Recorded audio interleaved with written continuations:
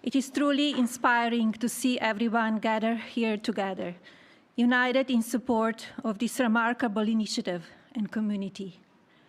As I stand here and observe the audience, I recognize the vital importance of each one of you to this mission, to our future generations. In particular, I would like to thank the cabinet secretaries, Congress members, scholarship donors, and various organizations for their unending advocacy. A special thank you to my husband for his enduring commitment to fostering the future. The President has prioritized America's foster care children, and shortly he will sign our Fostering the Future Executive Order. Too many people from foster care community end up homeless, in danger on America's streets. It was 2021 when I developed the idea to establish an impactful platform with an important mission to provide individuals from the foster care community the ability to secure entry-level job position and, in turn, financial independence. Fostering the Future, a Be Best initiative, provides individuals from the foster care community with technology-based scholarships to attend college. It is my pleasure to introduce my husband, the President of the United States, Donald J. Trump.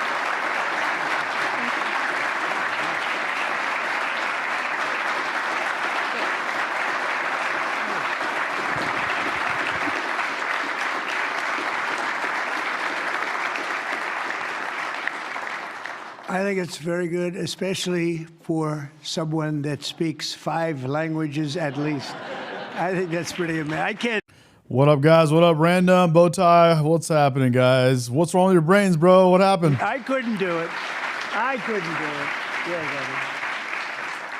well, thank you, Melania. And our country is truly blessed to have this magnificent and very caring First Lady. They love her. Every time I get up and make a speech, they say, we want our First Lady. I said, what the hell? I'm not good enough? I'm not. But thank you very much. Great job. And it's great the work you do in so many ways.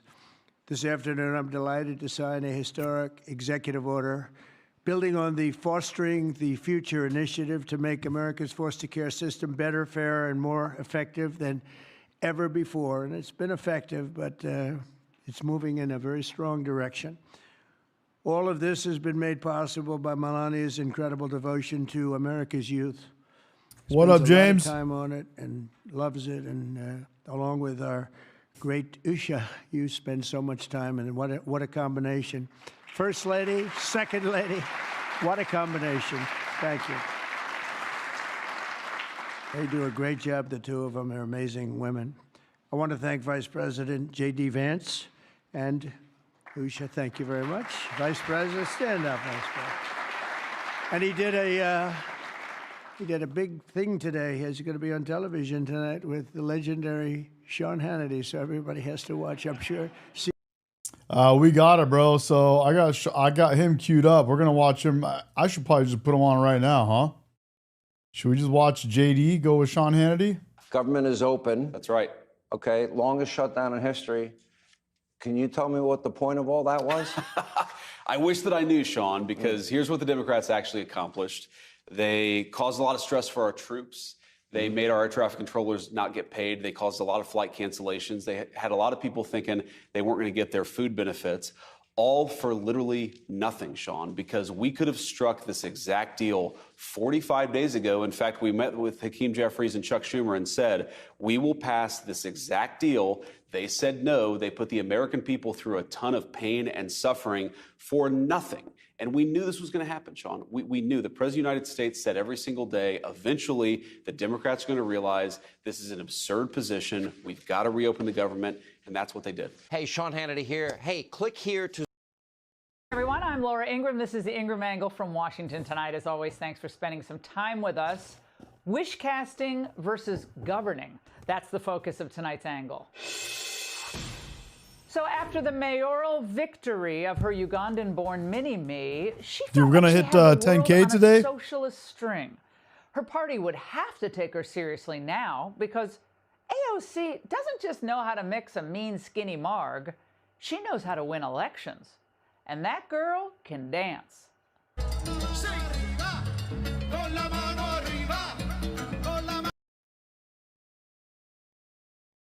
There's your new socialist You got the beat. Muslim. Well, feeling very powerful, a little Damn, heady, bro. feeling confident means Crazy. you can vent with impunity. Should Chuck Schumer stay as minority leader? I think what is so important for folks to understand is that this problem is bigger than one person, and it actually is bigger than the minority leader in the Senate. You had 8 Senate Democrats who coordinated their own votes on this. Yeah, they actually thought for themselves? Wow. I didn't know that wasn't allowed in today. They coordinated their own votes. You mean they did the right thing and they actually bailed out their own Democratic Party that was acting like a bunch of little 2-year-olds that didn't get their way? Hello? You're the children in the house. You don't get your way, bro. And you don't go make a crazy fuss like that. When you do, you got to be put in check, dude. What the hell's going on? What up, State Line? What up, Willie? Democrat Party. But for a woman who's supposedly leading a people-centered movement, she's blissfully unconcerned about her constituents when they were not eating, her supporters stranded at airports, and her federal employees in, her district not getting paid. She was thinking about power, not about Americans like this. Got some protein shake. We don't hurt anybody. We don't deserve this. What does having this distribution mean? It means a lot to me. It means the world to me what they're doing, because sometimes. What country are you from, and why are you coming into our country and immediately taking our going on to welfare? You feel forgotten. The last paycheck we got was for 7 days through the end of September, and that's it. Yeah. What country are you from, and why are you coming into our country and going immediately on welfare? We're not a welfare state, bro, and you're not supposed to be bum rushing into countries so you can land on their welfare program. The shutdown squad didn't care. Come on After now. Demonstrating raw stupidity and rank callousness, the Queen of Queens believes she's getting Trump voters to flip. I fully welcome Trump voters into our coalition. I can't tell you how many times someone This is probably one of the most delusional things I've ever heard AOC say. has pulled me aside and said either I was once a big Trump voter and a Trump supporter and I watched Fox News every day, but then I started to kind of expand my world and where I got information. Please, bro, they're just trying to hit that, bro. They'll say anything to hit that. Or people who meet me Oh, dude. who are really What's up, Patriot chick? Jennifer, what's big cracking? Republicans now, and they are shocked when they meet me because they're like, you are nothing like I was told you are. Oh, well, she's fun, right? Seems very fun. But is there a living American with brain synapses still firing who actually believes what she just said? Of course not. But AOC isn't only the progressive out there with delusions of grandeur. I remember when we were doing our art competition in my district, and obviously it's open to all the kids in the district. And I remember a father coming up to me and telling me, I appreciate you for doing this competition. My daughter loved participating. I am a Republican, but I love you. They love me.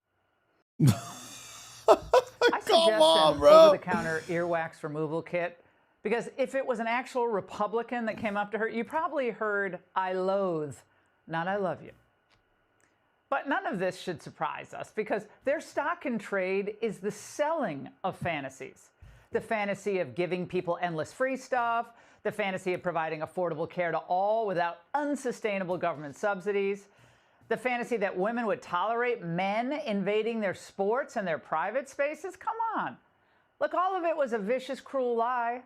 Socialism with a smile can be popular on Insta. Michael in the chat says, trying to blame one side is simple-minded. I don't know what you mean by that. But the Dems are the ones that did the shutdown. That they can take the blame for that. But it's still socialism, and it always produces the same result. Scarcity, bureaucracy, poverty, conformity, and dependency.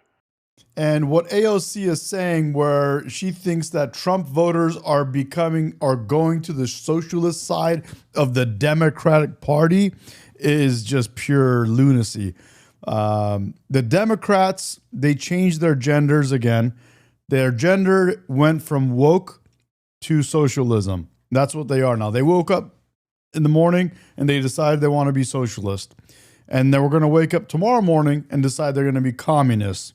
Then they're going to wake up the next morning and figure out maybe they're going to be Marxist, communist, socialist. They don't know. Now they're going to be really flustered. And as for the president, whose main focus has been to try to bring industry back to the United States, to create opportunities for Americans of all backgrounds, they consider him exactly, not a Cheryl, potential partner in creating opportunities, but a villain to smear. Donald Trump is a vindictive politician and a heartless man. The president of the United States is cruel, dishonorable human being who would just assume they shoot somebody down. He's insecure. He's a wannabe dictator. All these words and BS that they want to call Donald Trump, but no actual substance. You ever wonder where's the substance? Yeah, well, consider the sources. But, some of the criticisms have had an impact. Young voters seem pretty disillusioned with. I agree, David. People in New York, they don't get it. It's a crazy thing, bro. It's a wild east now in New York, bro. Socialism is here. Both parties, but in liberal New York, no surprise there, they voted big for Mamdani. In the 2024 election, we all remember Trump's numbers had edged up, a decent amount among young voters 18 to 29, and more so for men. But current anxiety is real, and Republicans should address, not blow off, young people's concerns. And here's the good news. They're not blowing it off. This is Vice President Vance, who's on with Hannity tonight. A lot of young people are saying housing is way too expensive. Why is that? Because we flooded the country with 30 million illegal immigrants who are taking houses that ought by right go to American citizens. What we're doing is trying to make it easier to build houses, trying to make it easier to build factories and things like that so that people have good jobs. We're also getting all of those illegal aliens out of our country. Solutions, not smears. Well, of course, Trump has also been urging Jerome "Too Late" Powell to lower interest rates. The Fed chair has single-handedly cost the U.S. economy tens of billions of dollars, maybe more, by playing what looks like a cynical political game with interest rates. So, of course, mortgages are really, high for most people. They're unacceptably high. And meanwhile, Republicans need, though, to be optimistic that as the great American build-out continues, conditions will keep improving. Inflation will keep declining. Right now, AI data centers are already sucking up an enormous amount of our energy capacity, which, of course, is driving up costs. But that's going to improve. So when our energy capacity grows, and that's going to take a little bit of time, our electricity prices will start coming down. The economy is my thing, and we have the greatest economy in history. Are Republicans not selling it enough? Yes, the Republicans don't talk about it. So they need to do a better job on Capitol Hill. The Democrats give false talk, and the Republicans, and I say it all the time, Republicans have to talk about the fact that prices. So does Trump. I think Trump needs to push it too, because as we said before, Trump is the best at selling. Are down. Eggs, gas prices, they are down. It's true that others are up for a variety of reasons. And while Trump is fighting policy battle after policy battle, also forging peace in Gaza, forcing Europe to pay more for their own defense, all good stuff, he's also showing his heart for the most vulnerable. as we make America great again, we are going to protect American children in foster care, and we're going to ensure that they will never, ever be forgotten. These children will never be forgotten, and they're going to grow up to be unbelievable, strong, smart, wealthy, productive citizens. I love this. State line, was Janet Yellen running the Federal Reserve First before? Lady Melania Trump, this problem with foster care has been going on for decades and decades. No one seemed to have an answer. They're stepping in to help. That is a very good thing. So spewing things like socialist slogans on TikTok. Patriot Chick says, yes, but why do we have to pay for those energy bills from billionaires? Curious what you mean about that. And chatting up your celebrity friends on Instagram. You know, it's cute, but it's also Dude, we're going to hit 10K today? easy. Governing, actually helping people, forging real solutions to challenging problems, that is hard. It takes courage and guts, and that's the angle. Hey, Sean Hannity here. Hey, click here to subscribe. A federal judge demanding ICE release hundreds of migrants arrested in Operation Midway Blitz. This order is the latest legal attack on the Trump administration's efforts to remove the worst of the worst from Chicago's streets. Midway Blitz, bro. That's what the illegal immigrants did in our country. They blitzed into our country for the last 4 years, man. Time to get them out. Border Patrol Commander Gregory Bovino joins us now. Commander, it's good to have you with us again. Appreciate your time. So this district judge, Jeffrey Cummings, has ordered up to 615 illegal aliens who have been detained by ICE released back onto the streets. He agreed with the ACLU's argument that these arrests were warrantless. But can you give us some idea of the background of some of these individuals who will soon be back on Chicago streets? Sure. Well, Sandra and John, thank you for having me. It's good to see you again. I think what's important here to realize is that Border Patrol agents, ICE agents, and those allied law enforcement teams risked their lives to apprehend those 650 illegal aliens that judge wants to release on the streets. Those illegal aliens came from a myriad of situations, whether they were criminals or individuals that were taking jobs from Americans. You name it, that's what they were doing. And I'll tell you what's going to happen is we're going to go even harder on the streets. If he releases those 650, Hell yeah. we're going to apprehend 1,650. Let's go, dude. That's what I'm talking about. On the streets of Chicago. Okay, so You guys know that the streets of Chicago got safer since they've done what they've done, right? clear something You guys up have all here seen those because numbers? There are leaders in Chicago, including the governor of the state of Illinois, Pritzker, saying that you're on your way out. You're going on to another assignment, and they're pulling agents off the ground there. Pritzker talking about you today. Listen. We're all pleased to see a ratcheting down of the number of CBP and ICE agents that are here on the ground. I'm glad to see that they'll have a new leader. I don't know who that is, but I got to imagine they're going to be better than Gregory Bovino was. Your reaction, Greg Bovino. If he's pleased that he thinks operations are being ratcheted down, well, just the opposite is going to occur, Sandra. We're ratcheting operations up in Chicago. And let me tell you a little bit. My team and I have spent 2 months in Chicago. That's amazing. What's happening there is it's beyond the pale. That's a very corrupt system in Chicago, whether it's those elected leaders like Pritzker or those out of control judges. Chicago needs some attention. We're not going anywhere out of Chicago. I love it. So you're going to see some very dynamic Where did he get that idea? Where did he get that idea? I mean, the local papers are reporting you're on your way out. Agents are leaving. Where did they get this? Sure. Sandra, I think they're just mistaken. They've been mistaken for 2 months now with just about everything they've said. This is just another example of that. Okay. I'm actually in West Virginia now, undergoing training with several hundred Border Patrol agents, and you're going to see us redeploy to it could be a New York, it could be a Chicago, it could be a Charlotte. But one thing that's going to happen is Governor Pritzker is going to see a lot more immigration enforcement, Title VIII, by Border Patrol, ICE, and those allied teams. You can guarantee it. So you just mentioned James Henry in the chat says Pritzker needs to ratchet down his calorie intake. I definitely agree, bro. Charlotte. And we got this news release from the Mecklenburg County Sheriff's Office, which says Mecklenburg County Sheriff Jerry L. McFadden was contacted by 2 separate federal officials confirming the U.S. Customs and Border Protection personnel will be arriving in the Charlotte area as early as this Saturday or the beginning of next week. A lot of speculation that you'll be heading up that mission. True or untrue? Sure. John, like I said, we're undergoing training here in West Virginia. This is quarterly training that we have to conduct. So after that, you could see us in a New York, you could see us in a Cleveland, you could see us in a Chicago, you could see us in a Charlotte. But rest assured, the Title VIII mission is going to continue wherever you see us. Well, you can't deny that the crime rates are coming down since Operation Midway Blitz started. The numbers speak for themselves. You've got homicides, shootings, robberies down double digits. And these are being reported by the city of Chicago, Greg.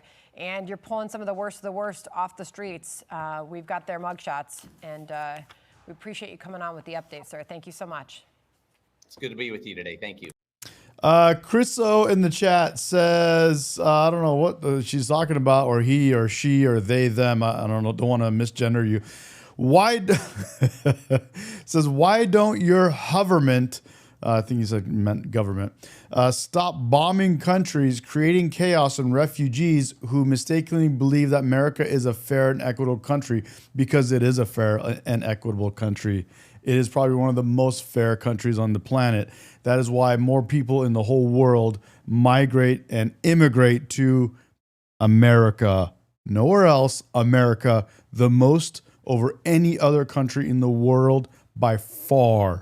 Government back open for business after the dumbest shutdown in history caused $90 billion in economic damage. President Trump putting the Dems on notice that they'll pay a price. We will never give in to extortion, because that's what it was. I just want to tell the American people, you should not forget this when we come up to midterms and other things. Don't forget what they've done to our country. The vast majority of congressional Democrats were happy for millions of Americans to suffer. They really went out and they could appease the fringe benefits of their far left base, but that didn't work out because now they're... Dan is back. Dan is in the chat. He says, Trump is the dog that doesn't bark. Trump is your daddy, bro, and he will be for the next 3 years. Enjoy. Far left base is angrier than ever before. Dems are still salty about how they got butt kiss out of the shutdown. The leathery lioness of politics and Nancy Pelosi raging while battling the wind. Creso says, so I take it you're a Trump fan and all immigrants should go back to where they came from. Illegal immigrants, yes, they should go back to where they came from. Don't run into a country illegally. That's just stupid. You are the con job. You are the scam. You do not believe in science or responsibility or anything, and it's all about money in the there's some science for you. How about hairspray? That's a science. You could use some. pocket of your friends and billionaires, as we have seen even with health care. Is the shutdown worth it? Yeah, I think so. I hate it. He says, yeah, I think so. You think the shutdown was worth it, bro? Really? You really think it was worth it? You spent 40 days shutting our government down, affecting lots of people for nothing. You got nothing achieved. Only made your party look like a bunch of loser 2-year-old babies that didn't get their way and made a whole mess of everything because of it. And now Schumer's probably on the chopping block, right? Because of this. And you're happy about it? But yeah, it was worth it. By shutting the government down, we were able to focus on and get everybody else focused on the unaffordability of health care across this country. Fighting to lift up. W space exploration, bro. Thank you. That's amazing. The quality of life of everyday Americans will always be worth it. NC in the chat says Democrats will never learn. Bro, they haven't learned since the last election last year, and it's a disaster. Crazy. Brandon in the chat says, I find it funny how we are the only countries that's evil for enforcing illegal immigration policy. Thank you very much, bro. Exactly. Why are we evil for enforcing our illegal immigration policy? Do that anywhere else in the world, and it won't be good for you. Do that here, and we present you with healthcare. We present you with free food, free housing, free anything, on pretty much anything at this point. That's the new thing that the Democrats are doing is socialism. Why don't you guys keep blitzing and bum rushing into this country, and we're going to give you free everything. Here's a free government grocery store. Here's free buses, free subways, free. At some point, it's going to be free taxis, free Ubers, free cars. Here's a free car for you, a free home for you, a free apartment for you, free everything. Everything free. Who's going to pay for it? They don't know. Somebody up there is going to pay for it. Some tax the rich. So, Jay, the shutdown okay. Criso came back. Criso says, poor things, those nasty illegal immigrants fancy. What do they say? He's being sarcastic. Fancy wanting to escape the American bombs raining on them, just like those Palestinian fancy this, fancy that. Bro, get lost, bro. Your brain is mush, bro. We don't need illegals running into our country. We don't need it. Get out. The first shutdown under Carter cost $700,000. So it shows you that we're just not really good. Ooh, Brandon says, to be honest, socialism isn't inherently bad. What planet did you just fly in from, bro? Are you okay? Do you know there's this word called history? Look it up, bro. At these shutdowns. But do you think the Dems are going to pay a price? You're going to have to play these clips when they say the shutdown was worth it, because will people remember this by the midterms? It's unlikely that they will. However, this deal only goes until the end of January. And if the Democrats feel like it was worth it, you think they wouldn't do it to the American people again? And if you look at those clips about how they say it was worth it, think about if you were one of those people who missed a wedding because your flight was canceled, or you didn't get home in time for Little League, or you had to pay out of pocket for a hotel room because your flight was canceled again and you couldn't get home. I mean, the Democrats are saying that you are expendable, that it was okay, it was worth it, because now we're going to talk about subsidies for Obamacare. Said Obamacare was a disaster at the time in 2012, 2013, or 2012. And I don't really want to hear a Democrat talk about how Obamacare is unaffordable without them explaining. I can't wait to read this book, and I'm probably going to recommend you guys do too when I'm done with it. I'm almost 100% positive, because it's from Thomas Sowell. It's Marxism. I want to learn a little more. I want to learn the nuts and bolts of it. Explaining why. Let's talk about But there is plenty of history out there, guys. If you're not sure about socialism, communism, Marxism, oh, dude, you don't have to look far to learn about that. COVID subsidies that ratcheted all of this up, and you're going to shut down the government again because of that. The other thing that is happening for them that might work in their favor in the long run is they're finally having the fight that they needed to have for a long time. Senator Cory Booker is the first senator that has said that Chuck Schumer needs to go. Other Democrats had said that, like Ro Khanna on the congressional side, but no other Democrats on the Senate side had. And now you're seeing that. So there might be a way for the Democrats to shake things up, to try to get some new leadership, some generational changes that might help them in the long run, at least have some new. Brandon in the chat is completely lost. Brandon in the chat says, Norway and Iceland are both socialist countries. Both are amazing countries. Both have none of the problems we do. Both of those countries are not socialist. New energy in Congratulations. You're a moron. the party. Well said. You know, Jesse, how convenient was it as the shutdown ended? Out comes the Epstein files. And for like 2 hours last night, it captivated the lemmings in the media. And they're not as great as you make them out to be. They're definitely not socialist. We stand by and we just watch it collapse like Brian Stelter on a wicker chair. It's like, are you at all surprised by the timing of that? No, obviously they had it, and they only released 3.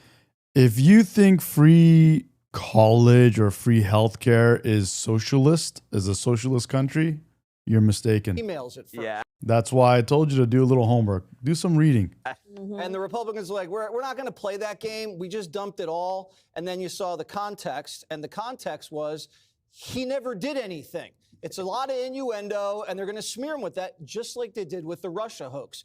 You hang this dark, foreboding cloud over the president's head, and everybody plays guessing games, and all of a sudden you lose the House. It's not going to happen this time, because now we, and online, we can go and expose the BS instantaneously. Now, the shutdown might have legs, and here's why.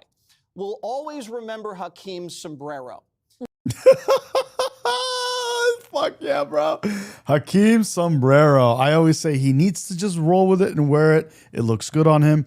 The mustache looks good on him. He needs to just rock it. And I'm like this far away from ordering my own sombrero with a MAGA on it. Make America Great Again sombrero. I think we need that, guys. Never go away. And anytime he talks, back with the sombrero. Also, the base is now not just angry at Trump. The base is angry at the Democrats. And you're going into a midterm. Criso is really hating on America, and that's okay. That's what people do when something's really good. Guess what happens? Losers hate on it. Cycle where the base is now directing not all their energy at Trump. They're directing a lot of energy at Democrats. That means they're going to spend money. What up, William? William says, medication. That lady's name is Virginia Fox about having a beer.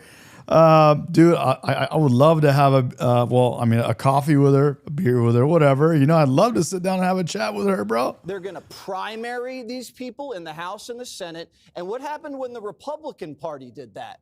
They nominated a bunch of crazy people that lost in the general. Remember how we were always supposed to win all these great Senate and House seats, but someone believed they were a witch and they lost? Stuff like that. God. That's what they're going to do. They're going to nominate crazy people, and they're going to believe in 15 genders, and then they're going to die in a general election.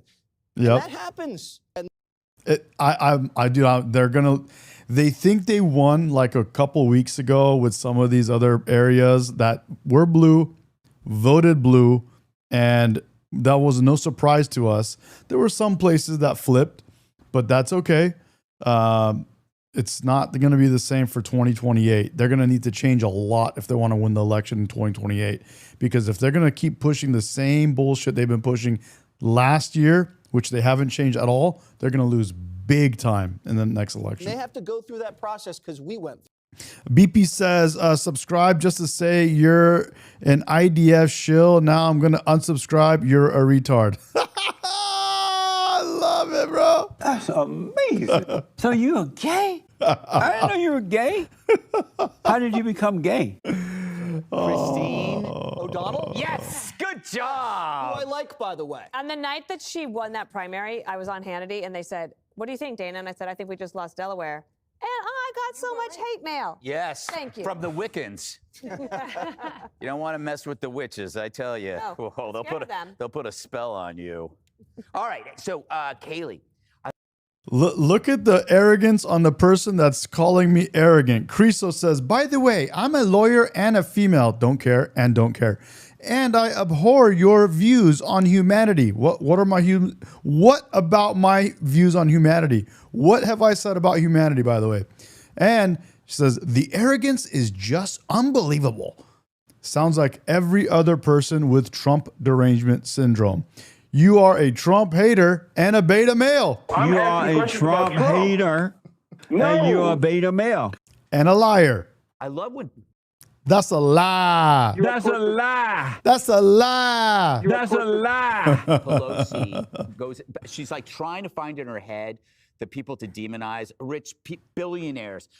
She doesn't say centimillionaires. Those are the people that have hundreds of millions of dollars because she's one of them. So she can only say the evil billionaires. It's Forgiving Fire said something about capitalism. He says capitalism's biggest flaw so far is creating this huge generation of privileged complaining liberals because they have it that good. Dude, That's pretty well said, So to be honest. convenient that that's not on her list of villains. Yeah, she also fails to mention her stock trades. Yes. Convenient, right? She's got all the buzzwords minus that. Still in mourning for that poor wicker chair under Brian Stelter, however. He's got Look, others. He's got others, 4 chairs.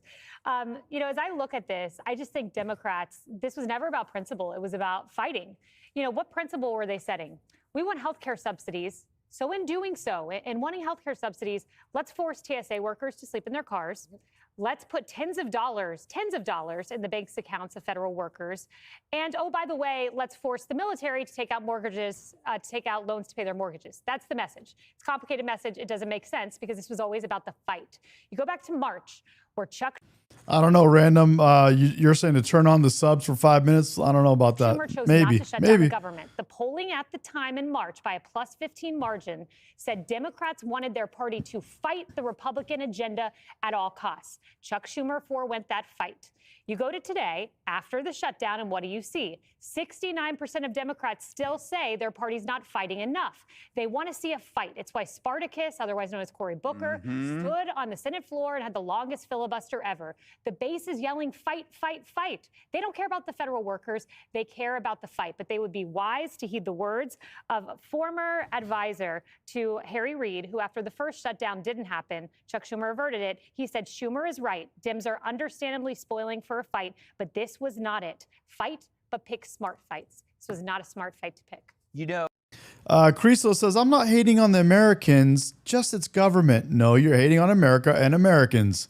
You're not American, you don't live in America, and you want to come over here and talk shit on America and Americans, and you're a loser. Grow up and stop hating. Or actually, keep hating because it's entertaining.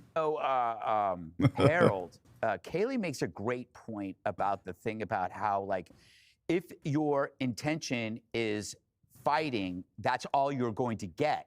Like, it's like all we have to. So you actually, there's no way to measure it. You can succeed, but at the end of the day, I hate saying that, it's all you had was a fight. You have nothing to show for it. It's what Scott Adams calls an accidental affirmation. Right. You convince yourself that this is the right outcome when in fact you got nothing.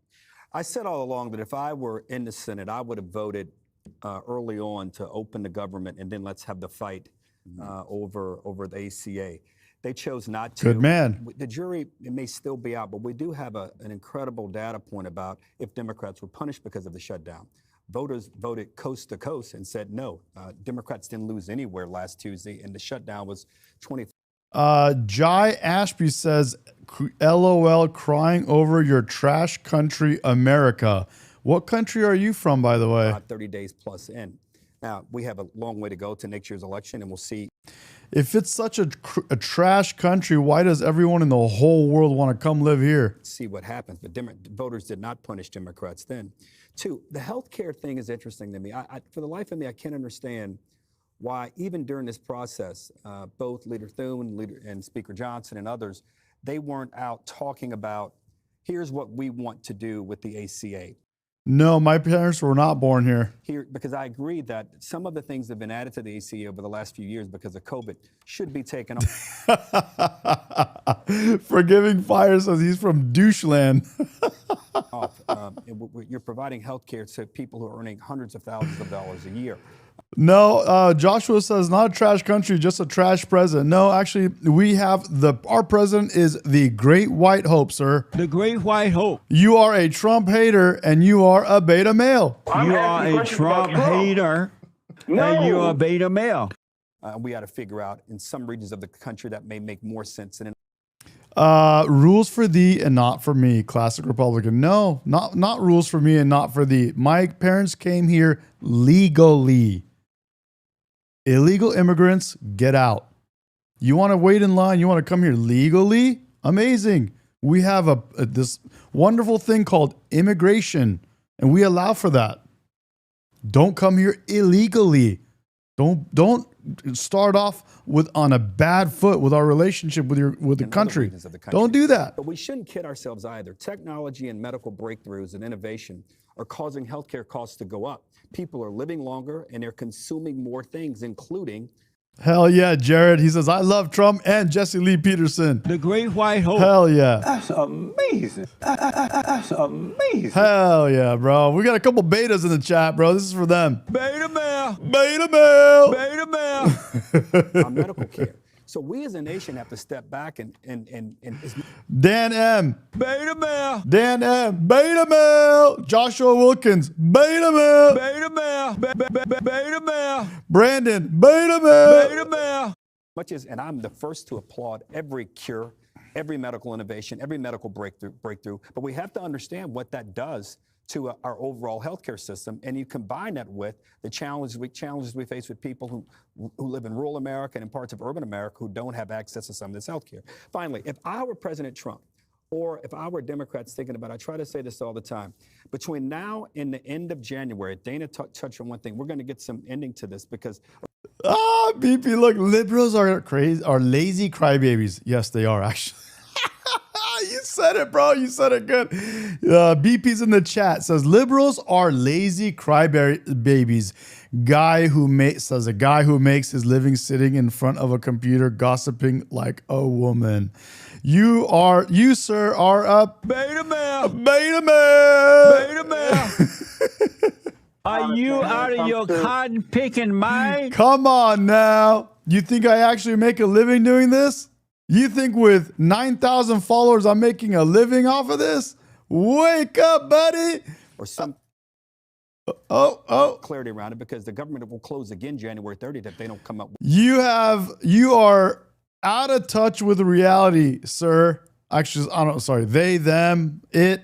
You're out of touch. With a long-term budget. Come back to Earth. The Supreme Court decision on tariffs that will likely come in the next week or so. You have the Fed that will decide whether they're going to... And Robinson, so why are you doing it? Well, I've explained it before, and I can explain it again. Guys, let me know. Should I explain it again? Rates beginning December 9th and probably December 10th at that meeting they have there. You have the Epstein files, which has been talked about here. I don't have a strong opinion about this, but it's very likely and clear that the only way we're probably going to get into this is some sort of transparency around it. And finally, this ACA vote will take place in December as well. So actually, that's more entertaining, Robbins. Please guess. There's a lot on the agenda. I think President Trump is smart to get out in the country. I think he's not smart to try to tell people that they are able to afford things and that things are not as expensive as they think.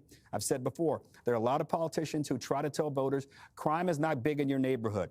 We don't need the borders shut. And guess what? You're doing much better economically than you think. Most of them are sitting at home. And I would say to Democrats and Republicans, get out, listen to voters, and try to figure out and come up with answers. That's how you win.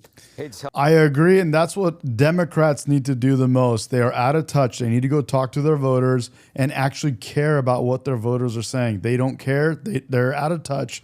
That's why they lost this last election. Oh, yeah, Harold, I did look at the a lot of the Epstein file emails, and you were mentioned in them. There was one where Epstein... Let's be very clear.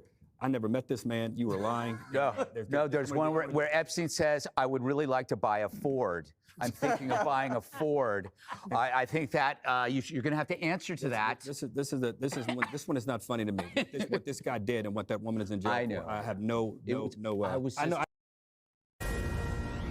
Multiple news networks from overseas, I should say, have found themselves in some hot water over how they edited clips of President Trump's speech in January of 2021. These broadcasters cut out a portion of the president's speech in which he urged his supporters to, quote, protest peacefully. We will show you these edits. Look at they're triggered in the chat. Look how triggered they are in the chat. In full caps. Drink your water, you little Israel asset. Israel asset. Look at this, bro. They've lost it. By the way, guys, thanks for subscribing. I'm at 9,800, bro. Like, I could hit probably 9,900 in this chat, in this stream. Maybe 10K. Thank you, guys. Appreciate it. Momentarily. I'm not Jewish. I'm not from Israel. I'm not Muslim. Thank God. I am not any of those things. But thank you. But now, I guess Trump's lawyers are leading the charge and planning to bring accountability to those involved. This is Outnumbered. I'm Kayleigh McEnany here with my co-hosts Harris Faulkner and Emily Campagno. Also joining us, Caroline Downey, National Review columnist, and Paul Morrow, former NYPD inspector, attorney, and Fox News contributor. Well, let's begin with a side-by-side comparison. You will see the difference between the BBC's I agree with America First. America First. documentary about 100%. the president compared to the raw, unedited clips of Trump's speech that day. We're going to walk down to the Capitol, and I'll be there with you, and we fight. We fight like hell, and if you don't fight like hell, you're not going to have a country anymore. And after this, we're going to walk down, and I'll be there with you. We're going to walk down. We're going to walk down anyone you want, but I think right here, we're going to walk down to the Capitol, and we're going to cheer on our brave senators and congressmen and women. And we're probably not going to be cheering so much for some of them. Trump's lawyers wrote to the BBC threatening to sue for $1 billion in damages unless the BBC issues a retraction and compensates him. Royal F up, bro. Royally screwed up. And they made a lot of people crazy over that. I think it should be more than $1 billion. White House Press Secretary Caroline Leavitt got just one question on this topic in Wednesday's briefing, and she said that a lawsuit is now in the works. The president has made it very clear that this is a leftist propaganda machine that is unfortunately subsidized by British Mac, what up, bro? Where you been, man? Good to have you back. taxpayers. I think that the president was deeply concerned by the editing, the purposeful and dishonest editing of his speech that was so clearly fake news. And he rightfully dubbed that term many years ago. And this is a classic example of that. We see it in the United States all the time. We see it now in the United Kingdom. As you know, the president's external legal What up, counsel has Johnny? filed a lawsuit What up, against the guys? BBC. Hope you guys are good. Hell yeah. Now, Australia's TV broadcaster ABC is being accused by Sky News of doctoring a similar edit of Trump's speech in 2021, much to the same tune as the BBC. See for yourself. And after this, we're going to walk down, and I'll be there with you, because you'll never take back our country with weakness. And after this, we're going to walk down, and I'll be there with you. We're going to walk down. We're going to walk down anyone you want, but I think right here, we're going to walk down to the Capitol, and we're going to cheer on our brave senators and congressmen and women. And we're probably not going to be cheering so much for some of them, because you'll never take back our country with weakness. Australia's ABC is now in damage control mode, quote, comparing the BBC's panorama. I think it's more than $1 billion, to be honest, for what they did to our country and what they did to these liberal brains. These liberal brains are already mush. And then you add this on top of it, it just exacerbates it. A program to the ABC's Four Corners program is opportunistic and false, they say. The grab on Four Corners was used accurately by the program. The editing did not change the meaning of that section of the speech and did not mislead the audience. The program was consistent with the ABC's high standards of factual, accurate, and impartial. Is it true they were about to release the rest of the Epstein files today and the Democrats voted not to? I read that somewhere. Is that true? Storytelling. Paul, we know that in the United States, where Hell this yeah, lawsuit's Mag. going to be, it's in the jurisdiction of Florida, you have to prove actual malice. Michael, glad to have you, bro. See you So soon. either an intent to spread false information or reckless disregard for the truth. By omitting peaceful and patriotic, which is exactly what Trump says, it seems like reckless disregard. It does. So this is what happened when I don't doubt it. I think it's very possible that Democrats block the rest of the Epstein files to come out for two reasons. One is because they know that it doesn't implicate Trump. And actually, one of the networks had to come out live today and reiterate that, you know, they know that Trump had nothing to do with anything or was not implicated in anything. But it also, it's because they want this to continue going, and they want to perpetuate this Epstein files, kind of a mythology or whatever it is that they've created for themselves. Just like this January 6th, we're going to fight like hell. And just like that other thing, what did they say? There's wonderful people on both sides. That whole lie that they created. They want to just continue things to perpetuate in these liberal brains, and they know the liberals can't shake it, so they want it to continue like that. And so, I mean, it is. I don't doubt it one bit. And here's the thing. Here's what everyone always seems to forget. They had a president that could have done this. They had a president that was in the White House for 4 years that did nothing but have an auto pen sign things for him. That president could have done the Epstein files, but they knew Trump had nothing to do with it, so it wouldn't have helped them. Actually, it would have hurt the very Democratic Party that they wanted to get reelected in 2024. So they didn't do it. Happens when you don't have a First Amendment-based society. You and I have made this point before on the air. The First Amendment, there's a reason the First Amendment is first. It's the foundation of our system, right? UK and Australia. Australia follows the UK model a lot more, does not have it. As a result, what do you get? Well, you get stuff like this, and the way they try to police it is to make their defamation laws very draconian. That's the problem for them in this instance. Trump's suit has merit. And the problem for them is that the damages in the UK and Australian systems are a hammer. Everybody has read those stories. You don't. Another liberal is losing it here in the chat. Donna says, liberals, the insurrection was perpetuated by Donnie. No, did you not just see how they lied about Donald Trump perpetuating that January 6th thing? Did you not just see that? Don't have the malice. Hello. Here's the other key thing with them. Like, here's the crazy part about these liberal crazy lunatics is you could show them the proof. You could show them. You could literally, their own networks could prove it to them, and they will still deny it. The burden of proof is on the defendant.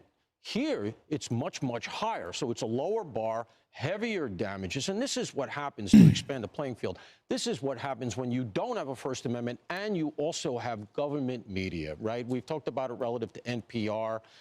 Government shouldn't be in media of this sort. And that confluence is what creates situations like this. This is UK deep state stuff.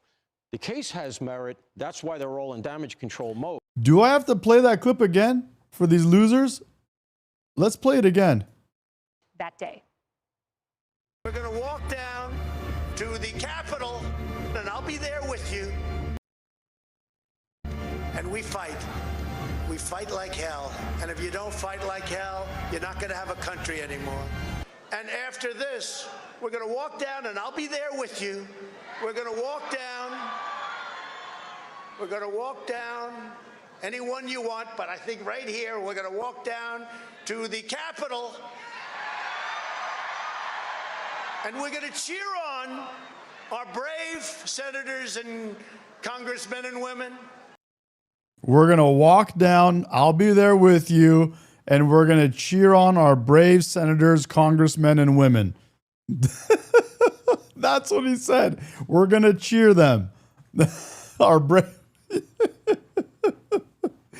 Bro, these liberal losers, man, they are completely deranged. So much for some of them.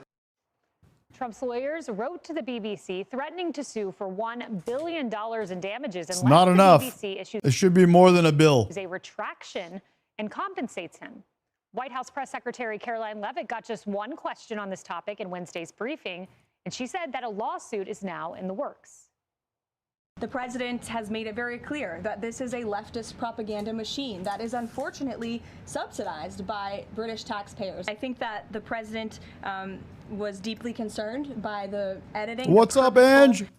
What up, Ange? And dishonest editing of his speech that was so clearly fake news. And he rightfully dubbed that term many years ago. And this is a classic example of that. We see it in the United States all the time. Play it again? The liberals want me to play it again? What do you want? Why do you want me to play it again? We see it now in the United Kingdom. Here. As you know, the president's external Trump speech that day. We're going to walk down to the Capitol, and I'll be there with you. And we fight. We fight like hell. And if you don't fight like hell, you're not going to have a country anymore.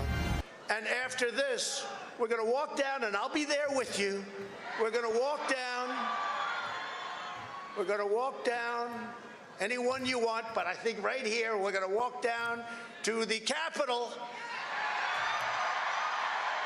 and we're going to cheer on our brave senators and congressmen and women, and we're probably not going to be cheering so much for some of them.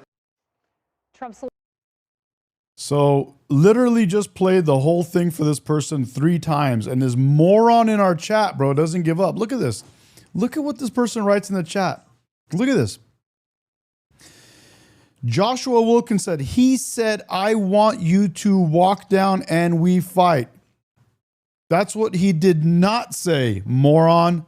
He did not say that. That was how they edited it. It's the other one, the correct one. That's what he said, not that one. Are you okay, bro? Like, dude, oh my God, you know what it is? I forget sometimes that I'm dealing with idiots. Trump's speech that day. I got to remind myself. We're going to walk down to the Capitol, and I'll be there with you. This is the fake one for those of you morons. This is the fake one. To the Capitol, and I'll be there with you. And we fight. We fight like hell. And if you don't fight like hell, you're not going to have a country anymore. And after this, we're going to walk down, and I'll be... Here is the correct one, the original video from what he actually said. Here. This, we're going to walk down, and I'll be there with you. We're going to walk down. We're going to walk down anyone you want, but I think right here we're going to walk down to the Capitol, and we're going to cheer on our brave senators and congressmen and women, and we're probably not going to be cheering so much for some of them. Trump's lawyers wrote. Where you at, bro? Where you at in the chat? Joshua Wilkins, how come you gone? Where's your crickets now? Now you're gone? I just played it three more times for you. Dude, I have to remind myself that I'm dealing with complete morons. To the BBC, threatening to sue for $1 billion in damages unless The fact that here's the real thing that pisses me off. The fact that people like Joshua Wilkins, after all of this in the media going on around us, showing that this was fake, had to come to my channel to realize finally, for the first time in his whole life, that speech, that video was made up. A little moment of silence for that level of retardation from the left. It's not Joshua Wilkins. It's not just a bash sesh on him. It's all of the liberal morons that literally would not understand, would not actually see and hear the video, the real video, how it really happened, if it were not for someone like me to come and shove it on them. And here's the craziest part on top of all that. It took me playing it 5 times. I think I just played it 4 or 5 times for them to finally be like, oh, like, holy shit, bro. the BBC issues a retraction and compensates him. White House Press Secretary Caroline Leavitt got just one question on this topic in Wednesday's briefing. She said, F Dallas is right. They're retarded, bro. They're completely crazy. You literally have, dude, it's absolutely crazy. This is the issue we have, is these idiots. They don't understand this shit. They don't see it. That a lawsuit is now in the works. The president has made it very clear that this is a leftist propaganda machine. So that's what we're dealing with, guys. We're dealing with people that, first of all, don't ever see it. They almost never see it. And if they do see it once or twice, they still, it doesn't fucking, the computer in their fucking brain malfunctions. And like, no, that's not true. It's like, What? What? And then now, here's the craziest part, bro. It gets even worse. Now, after finding out the video, how it went down and how all this shit happened, you still have same dude in the chat saying, oh yeah, but he said he's going to go with them and walk with them. So that means the same thing. So that means he's trying to overthrow the government. No, did you hear the speech, bro? Did you hear it? Holy shit, bro. We're hitting new levels of retardation tonight. And I thought my eyes were open, but they're not. Fuck, bro. They're getting more and more open each and every night with you guys. Holy shit. Subsidized by British taxpayers. I think that the president was deeply concerned by the purposeful and dishonest editing of his speech. Mama that was said. so clearly fake news, and he rightfully dubbed that term many years ago. And this is a classic example of that. We see it in the United States all the time. We see it now in the United Kingdom. As you know, the president's external legal counsel has filed a lawsuit against the BBC. Now Australia's... I forget, man, because, you know, we all forget. We're all watching this stuff and we see the truth. We see like the actual the reality unfolding in front of our eyes. So we think everyone sees it.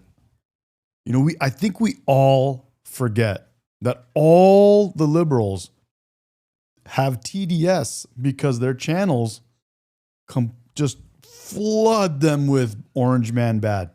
TV broadcaster ABC is being accused by Sky News of doctoring a similar edit of Trump's speech in 2021, much to the same tune as the BBC. See for yourself. And after this, we're going to walk down and They I'll play it be there again with even. you. See, here's the thing. Fox News knows. They know they got to play it again for these libtards. Because you'll never take back our country with weakness. And after this, we're going to walk down and I'll be there with you. We're going to walk down. We're going to walk down anyone you want, but I think right here we're going to walk down to the Capitol.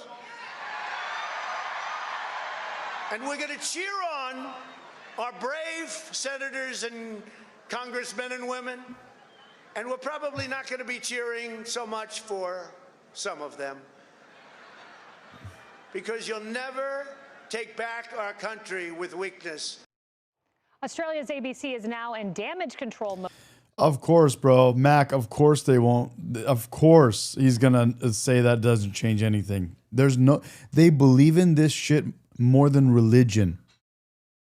This TDS, this craziness the liberals have put into their brains, they've done something to them that's stronger than religion, bro.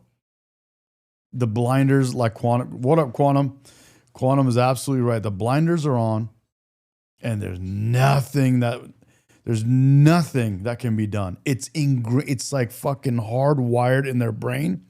The brain doesn't have a different way of fucking like understanding anything.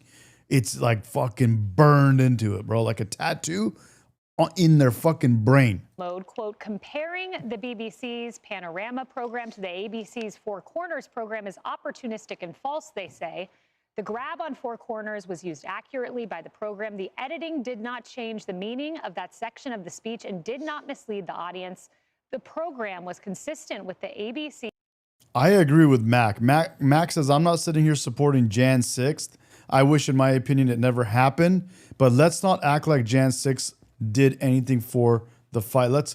Dude, I don't think it should have happened anyway. I don't think we should be doing that to our country's capital. I agree. I don't think we should do that. But to make up this whole fucking huge fantasy is pretty far-fetched. High standards of factual, accurate, and impartial storytelling. Paul, we know that in the United States, where this lawsuit's going to be, it's in the jurisdiction of Florida, you have to prove actual malice, so either an intent to spread false information or reckless disregard for the truth. By omitting peaceful and patriotic, which is exactly what Trump says, it seems like reckless disregard. It does. So this is what happens when you don't have a First Amendment-based society. You and I have made this point before on the air. The First Amendment, there's a reason the First Amendment is first. It's the foundation of our system, right? UK and Australia. Australia follows the UK model a lot more, does not have it. As a result, what do you get? Well, you get stuff like this, and the way they try to police it is to make their defamation laws very draconian. That's the problem for them in this instance. Trump's suit has merit, and the problem for them is that the damages in the UK and Australian systems are a hammer. Everybody has read those stories. You don't have the malice, as you said, and here's the other key thing with them. The burden of proof is on the defendant. Here, it's much, much higher. So it's a lower bar, heavier damages. And this is what happens to expand the playing field.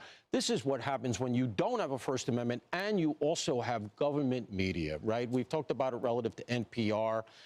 Government shouldn't be in media of this sort. And that confluence is what creates situations like this. This is UK deep state stuff.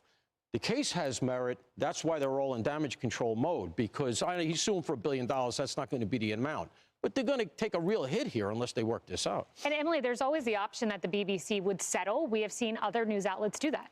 Sure, and I sort of want to walk viewers through to what exactly is going on for those that have questions about suing a foreign entity on our soil. So the argument, as you said, yes, is Forgiven Fire has a point that's to be made. It's that you're not breaking in unless if someone let you in, you're not really breaking in. So there's something to be said there too. I agree. willful, deceitful editing, intentional, and that's important because it goes to the actual malice standard. But President Trump is arguing, look, not only am I a resident of Florida, but you broadcast amplified online to streaming here in the state of Florida, and therefore it touches me. Now, note that that's going to be one of the defenses that the BBC says, which is, look, we're not even on your soil. But I think the important thing here is that while they are arguing, well, the substance is still there, materially it means the same thing. The reality is that his two statements were 54 minutes apart, and splicing together non-adjacent statements that clearly convey a different meaning than his patriotic,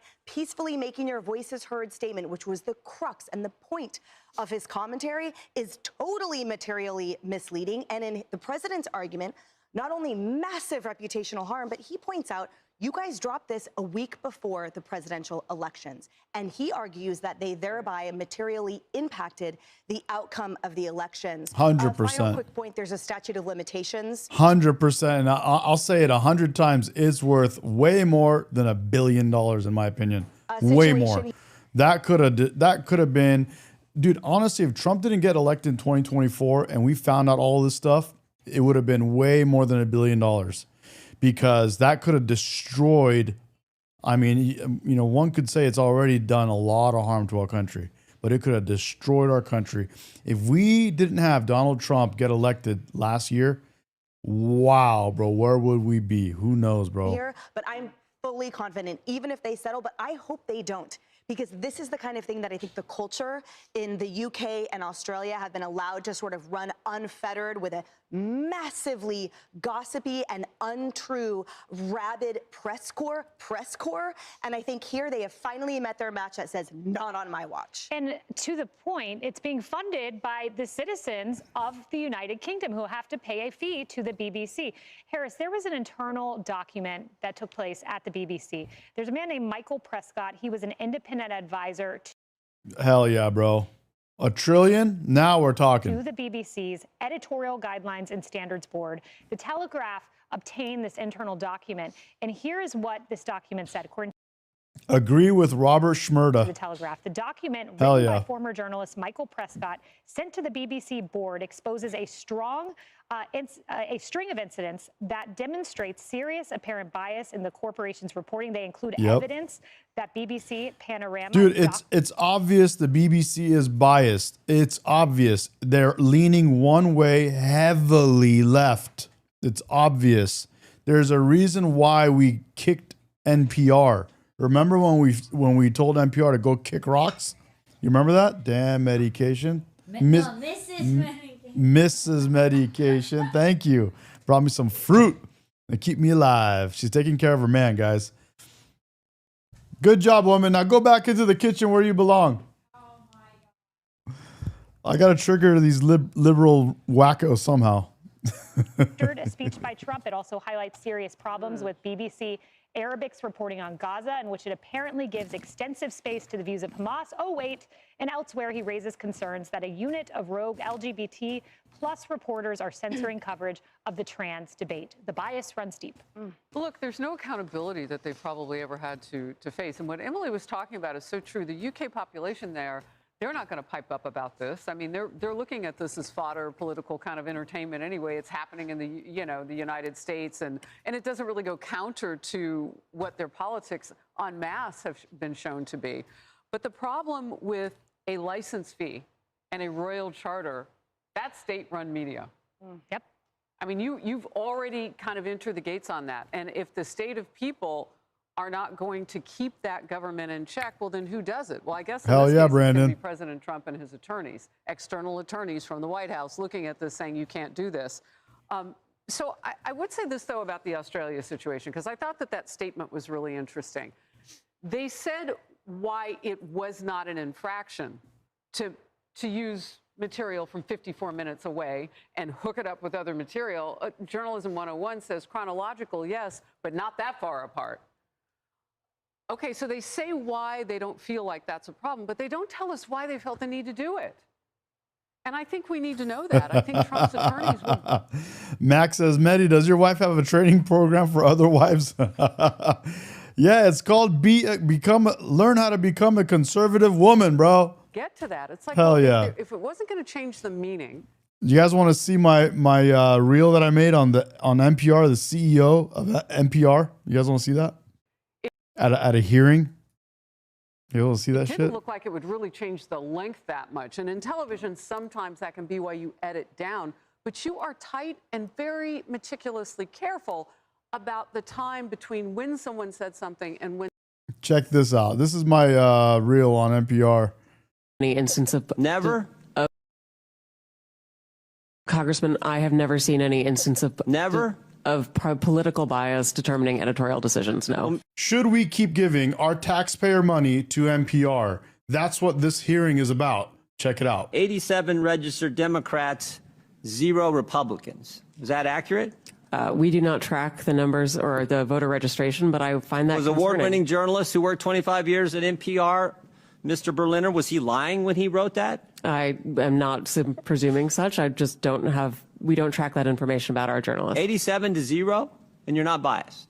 I think that is concerning if those numbers are accurate. How about this story? October 2020, the New York Post had the Hunter Biden laptop story, and one of those editors, I guess one of those 87 Democrat editors, said this: we don't want to waste our time on stories that are not really stories. We don't want to waste the listeners' and readers' times on stories that are just pure distractions. Was that a pure distraction story? Our current editorial leadership believes that that was a mistake, as do I. Yeah, the whole country knows that was a mistake. Definitely impacted the election, or I think it certainly impacted the election. How about the COVID origin story? That's a pretty big story too, right? Mr. Berliner said, we became fervent members of the team Natural Origin, even declaring that the lab leak was debunked by scientists. Turns out, though, the lab leak is what most people think actually caused the COVID virus. Sorry, is there a question there? There is. You guys were 0 for 3 on the three of the biggest stories in the last 5 years. You guys were 0 for 3, and yet you maintain that NPR is not biased? Congressman, I do not believe we are politically biased. No, we are a nonpartisan organization. It wasn't even 80 to 7. It was 87 Democrats, 0 Republicans, and you say NPR is not biased. Congressman, I have never seen any instance of political bias. That's NPR, bro. 100% left-wing crazy bullshit, and they have 87 to 0. 87 Democrats, editors, 0 Republicans, and they say they're not biased. When someone said something else and putting those things together. That's all part of our journalism accountability and expectation. And that's our flag right there, guys. For the public. I think they don't win this. I hope they don't settle, because I'd like to see the battle, because it's worth fighting. I think they'll settle. I think they know they can't win. The discovery, and they get into discovery, and they look at all of those emails. That's what they don't want out. Exactly. I think they don't want that. I do want to bring in a voice that says the BBC tries so ever hard. It is Brian Stelter. Let's listen to his take on this. In a vacuum, this really bad edit by an outside production company would not cause heads to roll at the very top of the BBC. But the network exists in an incredibly politically charged environment, even as it tries to be apolitical and impartial. They try so hard to be apolitical and impartial, Caroline. I want to give viewers a sense of the British media landscape. So I frequently write for The Telegraph, which is one of the few conservative-leaning publications in England that doesn't believe that Trump is a dictator and an authoritarian. And to your point, Kaylee, What a they actually flag, released dude. What the a flag. dossier that found that the BBC deceptively edited that speech to suggest that Trump was inciting a riot. Deeply dishonest. And it is worth restating that the What a BBC flag. is kind of like the equivalent of NPR and PBS in the United States, in that they are taxpayer funded, but they claim impartiality and they claim neutrality, but they regularly toe the progressive line. That's just not consistent. It's also What a not country. representative of the British public, I would argue, many of whom actually lean conservative. We saw those huge protests after Charlie Kirk's assassination in London showing a conservative upswell of support. What a flag and what a country, guys. Jeez. Holy cow. Sometimes you just got to stop and take it in, you know, for like a second, just like, oh man. Dude. You know, I've said this before, I'll say it again. People in the chat in the past have said Americans seem like they're the most divided in the world. It seems that way because we have freedom of speech, so we argue a lot. And we use our freedom of speech. But I tell those same people, the last thing you want to do is start some beef with the United States of America and unite us against you.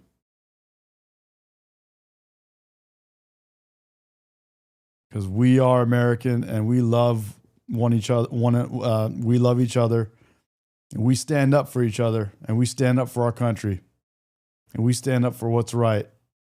And this country, this is what's right, dude. This is the #1 country in the fucking world. There's a reason why there's nowhere else anyone would rather live than here. Opportunity, strength, and so much more. That's incredible, bro. Sorry, just have to take a minute there. But it's worth stating that There's the a lot more I BBC's want to say, but you know, just of bias is long-standing. I don't want to pull some shit and start crying on you guys or anything like Beyond that. Trump, just a few examples. They were Not this early yet. Let me get to 10K subscribers, maybe 100K. Maybe. Let's have a little more fun and we'll get there. found to have reprimanded a host who tried to change a script that said originally pregnant people into pregnant women. So she got a slap on the wrist for actually changing that to reflect biological reality. So the BBC engages in gender ideology doublespeak. In addition to that, they were involved in a pretty serious editorial scandal where they forgot to disclose that the teenage narrator of one of their documentaries was actually the son of a Hamas official. So their anti-Israel bias is pretty well documented. And that just goes to show you, not impartial, not neutral. Oh, but they try so hard, and they have a great defender in Brian Stelter. Good for him. Hey everyone, I'm Emily Campagno. Catch me and my co-hosts Harris Faulkner and Kaylee McEnany. In the chat, he says, better than Iran? What are you talking about, bro? Way better than Iran. Iran got crushed by Islam. Iran got destroyed by Islam, bro. Straight up. Hear that? Tick, tock, tick, tock. The Democratic Party's on the clock. I think the Democratic Party, as we know it, is about to end. I think that this is the birth of the new left. Schumer Iran got crushed by Islam. went to war without a plan to win, and now his own Crushed. troops won't back him. Crushed. Democrat, I think they had an exit ramp here, and now they've just shut the exit ramp down, and there's no, it's interstate that goes into infinity. Chuck's working the phones, telling Democrats not to criticize the deal. This is the Biden cover-up all over again. Guys, don't say Forgive and fire. I just saw your chat. In the chat, he says, hold it until it becomes a stroke like a real man. he's old. These videos are cheap fix. He's saying, bottle it up, bro, until it But Democrats funny. won't be That was bullied good. into silence again. One activist said this, quote, the most Yeah, random, exactly. minimal thing in order to pivot back to the election is to have one head roll, and that head is Chuck Schumer. Schumer hasn't been Yeah, still allowing callers. We can have callers anytime. I'm down. forced out yet, but Democrats are already looking for someone younger, prettier, and Puerto Rican. He's worried about AOC, and AOC, I think, will take him on. I think I talked to her tonight, and she'll announce. World debt is right. In the 70s and 60s, Iran was rocking. It was actually it was a top 3 countries in the world as far as like military power. It was one of the most westernized countries in the world. It was the place where people would literally send their children to go study because a degree from Iran was worth more than a degree from almost anywhere else in the world. It was just one of those unbelievable, beautiful, wonderful countries. It was free. It was westernized. People were dancing, singing. It was just lots of art, entertainment, everything. And then Islam came and it got crushed. Yes, U.S. and other countries had a hand in it, but it's the same thing that happens. It's slowly happening to our country. Is the people got captured by Islam and socialism, specifically those two things in Iran. It's crazy how similar it is, with a little help from America and some other countries, Britain and all that. But when you add Islam and socialism into it, it just goes nuts. And it's the same thing happening here, with a little bit of help from China, Russia, and these other Muslim countries. They're changing U.S. and using Islam and socialism to slowly rot the country. And it's crazy. Our liberals are going for that. If she announced tomorrow she'd raise $10 million over the weekend, they'd be throwing money at her as fast as it'd be record amounts because people are sick of Chuck Schumer and sick of him. AOC is already measuring the drapes. James, you're exactly right, bro. Islam is the death of Persia. It was the death of Persia back when it was Persia, and then it came back again and it became the death of Iran, which is what they ended up calling Persia. So it's been the death of Persia. James Henry, you are absolutely right, sir. And the Congresswoman says she's got a big tent, even big enough for ultra MAGAs. I fully welcome Trump voters into our coalition. And I know that sounds crazy to some people, but just hear me out. I can't tell you how many times someone has pulled me aside. I was once a big Trump voter and a Trump supporter, and now I've learned and now I've changed. Yeah, and Brandon says you'd like to jump on the call. You're welcome to jump on a call, bro. You want to join our Discord, or you want me to give you a phone number to call in? lesbians are coming up to me and telling me they love the 5. But who knows? Maybe that's true. People in Queens like to swing. Swing voters. By the way, where is Chuck? If these 8 Senate Democrats really did go rogue, shouldn't they be punished? Shouldn't Chuck be calling them out? The traitorous 8? But he's not, is he? Chuck put him up to it, then slinked away like a wuss. In politics, you never want to create a vacuum. Now the crazy wing is making moves on the upper chamber.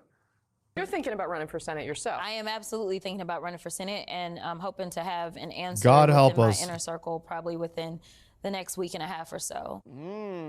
Worst case scenario, we have AOC and Crockett running the Senate. Young, brash basket cases who can't do math. And they're on a warpath. Jazzy says, doesn't matter who you are or where you came from, age is just a number.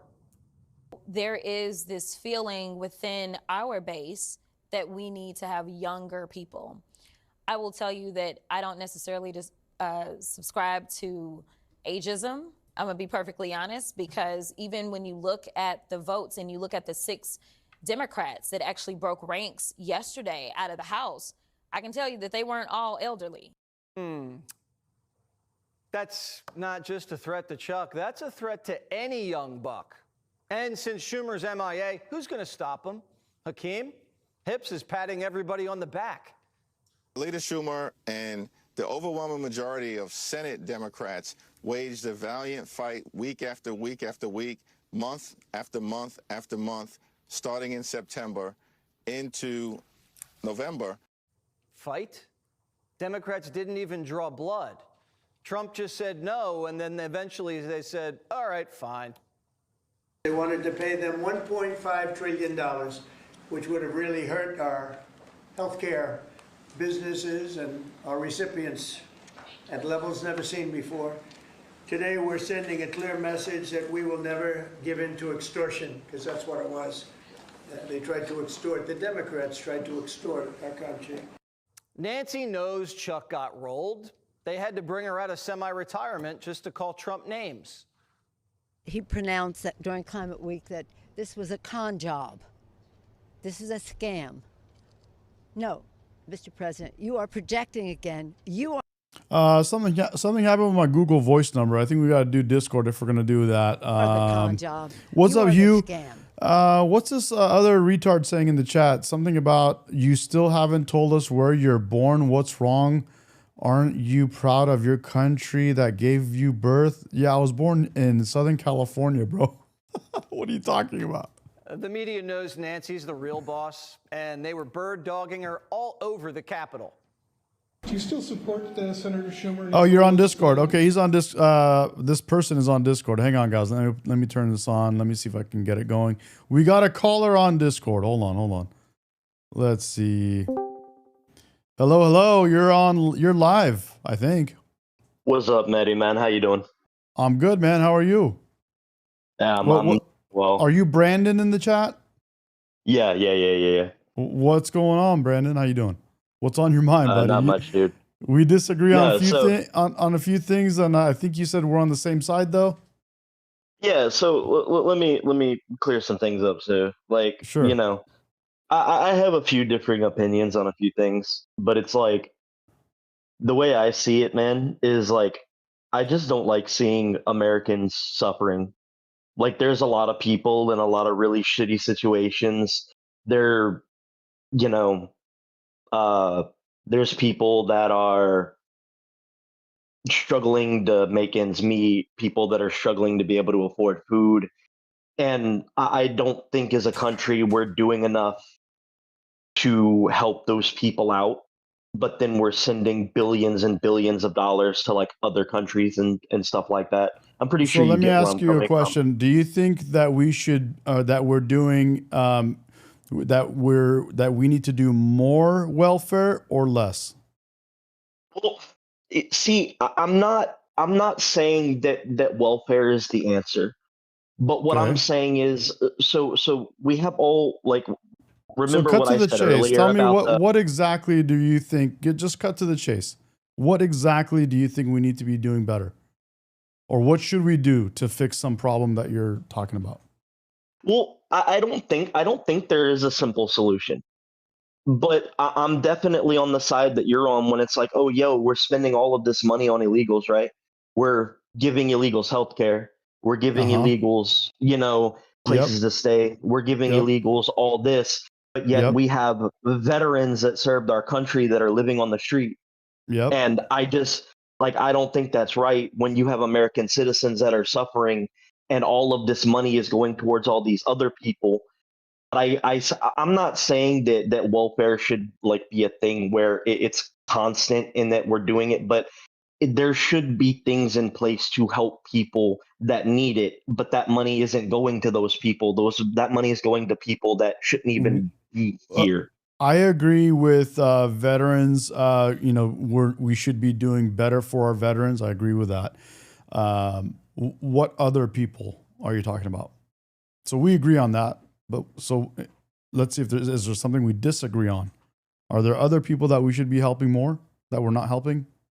Well, I think veterans definitely should take the priority, right? Because they took out time in their and parts of their life to serve our country, so that way we can have the rights that we have, right?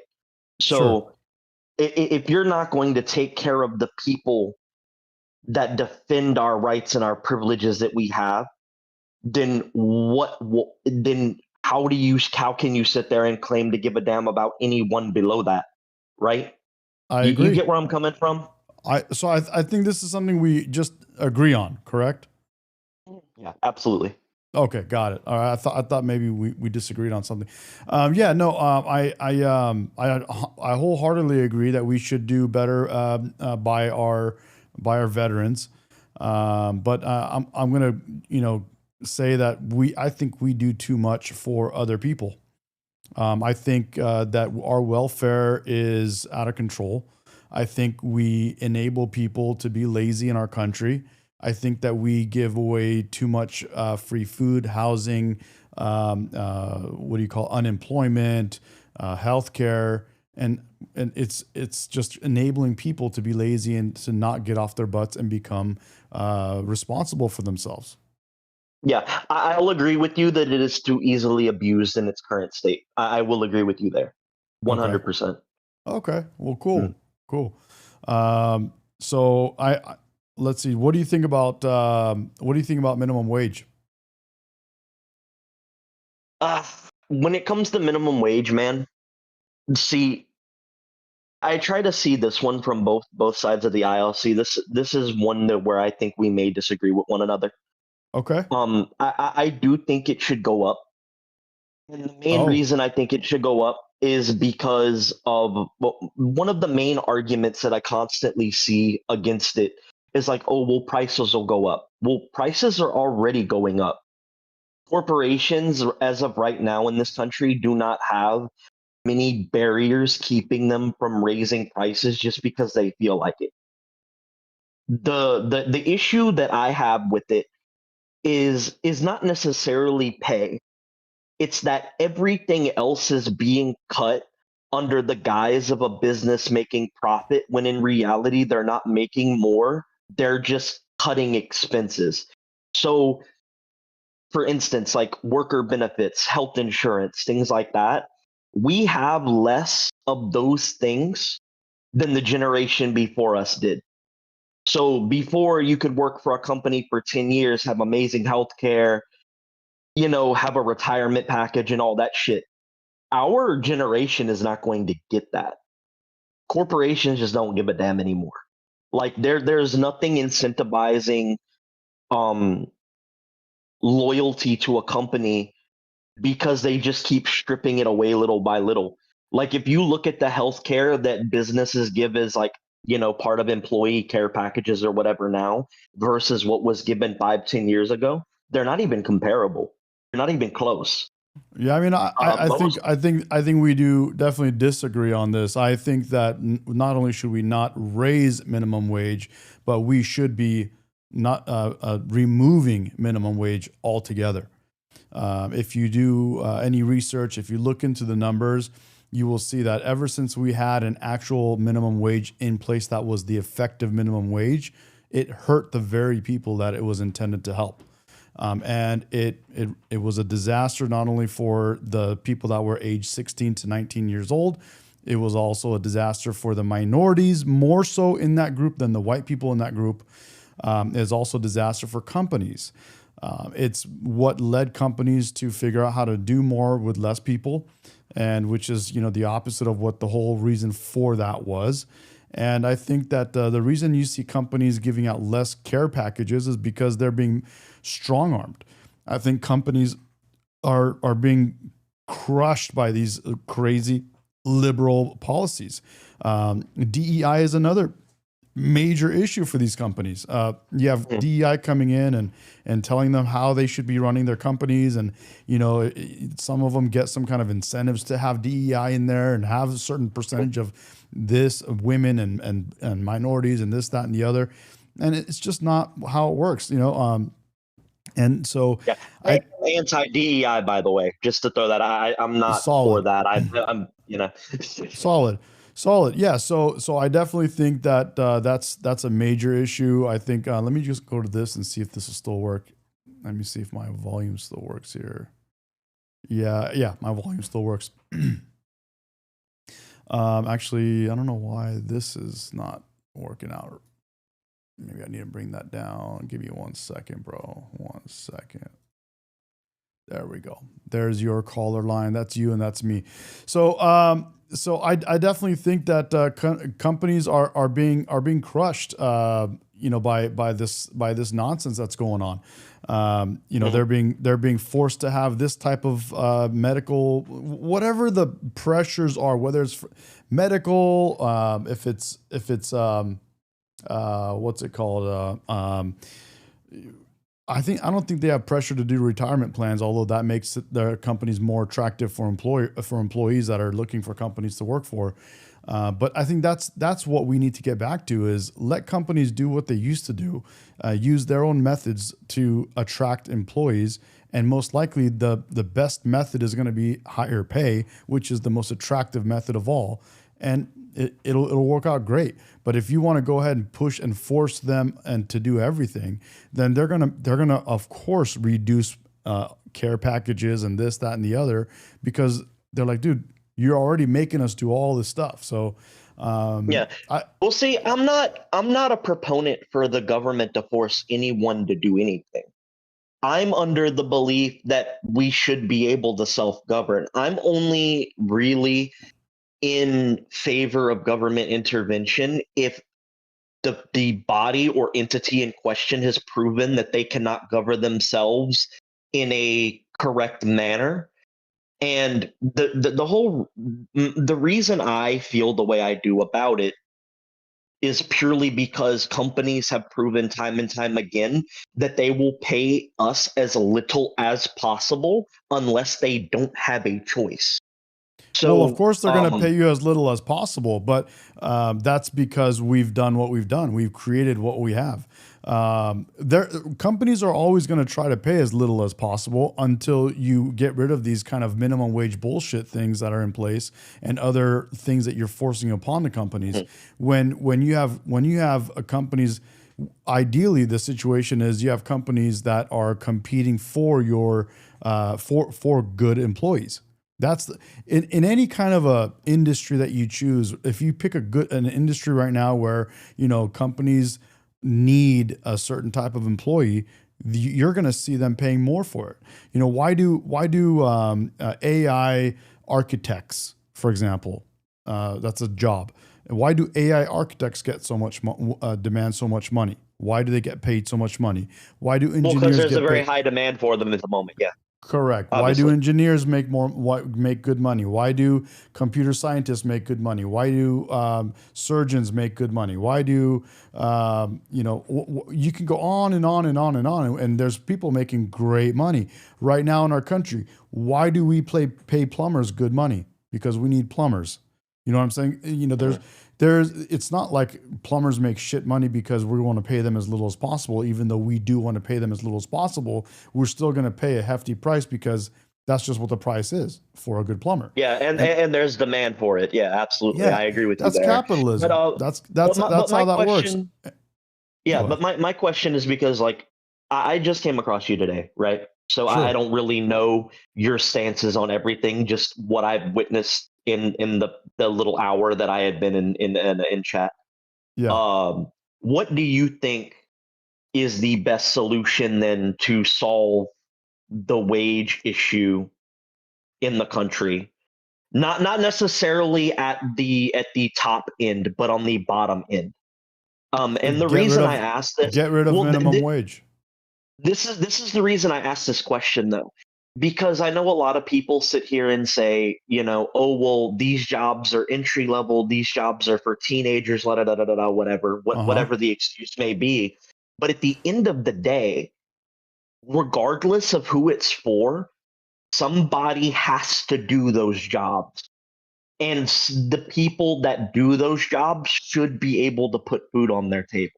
So I'm entertaining your idea. Okay, let's get rid of minimum wage. Let's stop forcing companies to do all this, and maybe it would improve things. Yep. But how would that help those people? Because it's easy to say, oh, we'll just go out and find a better skill, right? Well, yeah, it sounds easy at base level, But say where I live, for instance, there are quite a few places where around where I live where you can make a good career. You can make very, very good money, whether it be a heavy equipment operator in a distribution factory, with Textron making military equipment. There's tons of places you can do it, but a vast majority of jobs around here are service industry. It's food, it's restaurants, it's retail. Uh-huh. What about the people that live in areas that don't have a lot of career opportunity or career growth, and they're not able to commute further outside of their living area in order to find better jobs that pay much better, that would improve their quality of life? What would you say would be a solution to that issue? Well, I'll say a couple of things. First and foremost, with the minimum wage and the hike of minimum wage, you're still not able to solve that problem, right? Second thing I will say is that if you get rid of minimum wage and you allow these companies to pay, let's say, a lower wage, it's proven through history that that lower wage ends up going up over time regardless. Secondly, you pay more people. And so there's a couple things that can happen. The number one thing is life is unfair, and to try to make everything perfect is a complete, turns out to be a complete disaster, no matter what part of our history you look in or any other country's history. That's number one. Number two, if you get rid of minimum wage, you allow companies to pay more people a lower wage. And there's a couple different ways to look at it. One is right now, you're not paying a minimum wage. I'm sorry, you're charging a minimum wage. And with that minimum wage, you're making companies box out. We have way higher unemployment for people between the ages of 16 to 19, and the people that are adversely affected, that are affected way more, almost I think it's the double or more, is minorities of those 16 to 19-year-olds. Now, if you get rid of that, you'll have a lot more 16 to 19-year-olds that want to work, that be able to have a job, even if it's paying less. So they can build up money while they're younger and work their way into better jobs down the road. Now they have experience, now they can get into managerial positions, work their way up. The other way that some economists look at it is now you have multiple people working. So now in a household, typically when people are 16, 17, 18, 19, 20, they live in a household with other people, whether it's their family, roommates, a girlfriend, boyfriend, whatever it may be, and now you have more income. Now, are entry-level jobs made for you to be able to pay your rent, pay for food, pay for your BMW, pay for your, going out clubbing at night and go to a rave and go to a vacation and all of that? No, it's not supposed to do that. I agree with you there. I agree that an entry-level job should not be for excessive luxuries. It shouldn't be able to send you on a vacation or pay for a very nice vehicle or anything like that, or even buy a home. I'm in no way even trying to insinuate that, just so you know. Yeah, but when people but hold on, let me stop, because when people say, it should be a livable, put in quotes, your livable wage, that's subjective. But you're saying not a home, because I said pay your rent, pay your food, pay your transportation, right? An entry-level job was not intended to be all that, and it shouldn't be. I don't think it should be, in my opinion. I think you should be able to work a minimum wage job, or not minimum wage. You should be able to start a entry-level job that will help you get to a different job. Now, historically, here's something that if you haven't read economy books and stuff like that, I just got done reading one of them that explained this. And I explained this last night as well. The thing that most people don't understand is when they say the rich and they say the poor, when they talk about the highest income earners and the lowest income earners, what they don't understand is those groups are constantly changing places over the course of 5 to 10 years. And why is that?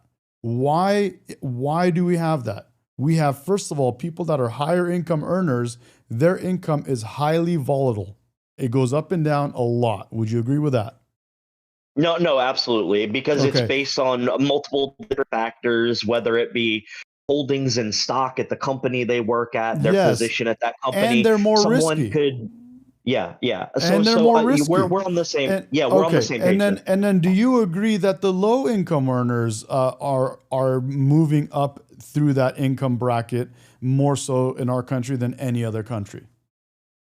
Yeah, I would. Do you know why? I'll tell you why if you don't. No. Because the majority of the people in the lower income bracket are young people that are just starting out. So they've never had a job. They're literally 16, 17, 18. You know, if you get rid of a minimum wage, more of them will be able to work, but they're literally just starting out. And employers don't even know if they're going to be able to show up on time. So they pay him a low wage. They figure out, okay, this guy has the ability to wake up in the morning and show up to work, and then they move him up the ladder. And so that's why in our country, more so than any other country in the world, people are moving up the income ladder faster than anywhere else. And so when people talk about low income earners and high income earners, again, low income earners are jumping up. And here's the funniest part that I mentioned yesterday again, is that people in the lowest income bracket that are coming out of school and they're pointing up and they go, let's make the rich people pay more taxes. What they don't realize is soon, very soon, they're the ones that are in that same bracket that they want to tax more. Mm-hmm. What do you think about that? Oh no, dude, I'm with you on like a vast majority of that. Like I agree with you. I don't know how it is like in the state that you live in. But like say where I live, for instance, I'm in Southern there's a lot California. of okay. So I'm in Louisiana. So where I live, My there's a favorite lot of sorry, bro, I gotta stop you because my favorite senator is from Louisiana. so That's where John Kennedy. If you don't know your senator, his name is John Kennedy. well, I know Kennedy. He's a great guy. Love him to death. The thing, so like where I live, there's a lot of regulation around younger people working. So Say that again. There's a lot of what? there's a lot of regulation around younger people working. Uh-huh. So for instance, if you are say 16 years old and you're still in high school, here you were not legally allowed to work during school days until after 5 p.m. and then you Okay. cannot work past 9 p.m. So Okay. if you're a younger person trying to work and build experience, particularly here, it is much more difficult because throughout the school week, you're legally during school days, you're only allowed to work 4 to 5 hours during Yeah. that time. Yep. So you can only work after school lets out, so around 5 p.m. and then you can only work and you cannot work later than 9 p.m. and they have to give them a half an hour break within that 4 to 5 hour shift as well by law. So realistically, a 16-year-old is only going to work 3.5 hours here, but that's not because of the businesses. That's because of government regulation around them being able to. Yeah, I would say that's a different constraint that's placed on them. But the biggest constraint is minimum wage. That's a huge constraint. I don't know what your minimum wage is out there, but I just think Legally, yeah. legally here, the federal minimum wage is $7.25, but most places pay 10 and up for the most part. There are a few places that still pay under 9 an hour, but most places pay at least $10. Good. Most So of them do. your minimum wage in your state is not the effective minimum wage or the effective wage. Here in California, Yes. it's a bit different. We're like $15 or more, I think. Is I our believe you'll have a federally mandated of 15 an hour in California, correct? Or am I wrong about that? What's that?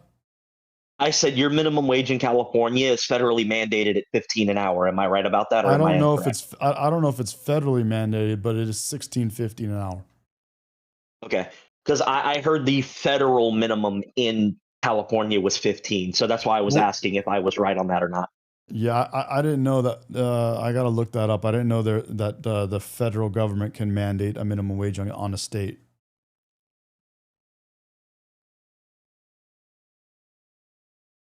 Because I know minimum wage is different varying on the state. So Yeah, like it is. California, it's I higher. think it's a state mandated. But yeah, dude, that was a good dude. I'm glad you called in, and I'm glad we were able to figure out a few places where we agree and a couple places where we disagree. Do you think I may have changed your mind in any way? I mean, definitely. See, my thing isn't, oh, I this is what I believe, and I'm hard set in that. My thing is, we need to, in order to get places, we have to talk about them, even if we disagree. That's my whole thing.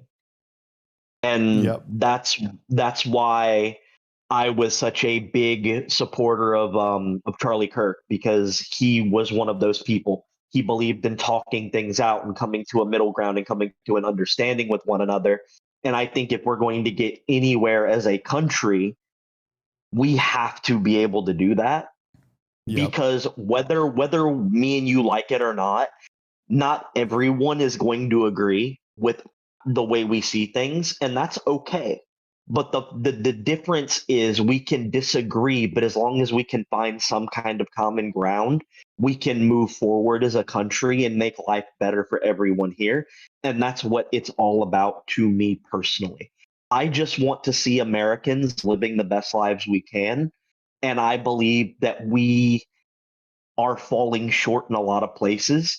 But how we end, essentially, what I'm saying is we're fighting for the same goal. It's just we have differing opinions on how we get to that goal. And that's okay.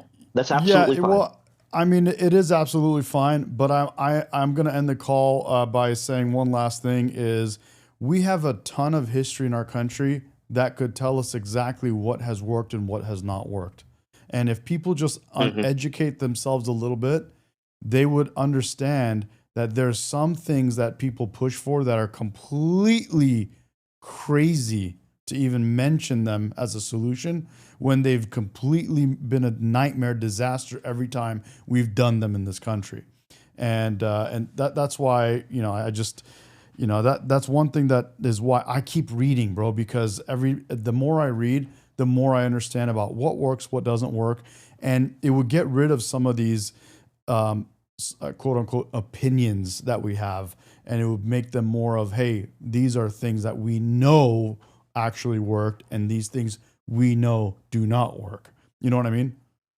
No, absolutely. I'm on the same page with you on that one, dude. So believe me, Right we're on the same side, man. We're on the same side. Awesome, bro. Glad to hear from you, and thanks for joining. If you liked Charlie Kirk as much as I did, you'll also like my Instagram, bro. You should check it out. There's a link on my channel page, on my YouTube channel. It's just Medication is my Instagram. But dude, thanks again for calling. That was a great call. Appreciate that. Oh, And absolutely, man. And thanks for no joining problem. Discord. I'm gonna jump back into your stream. So You're the man. Appreciate it. See you, bro. Okay, bye. Yep. Good call, guys. Good call. That was a good one. Like that, dude. Hell yeah. That was a great call.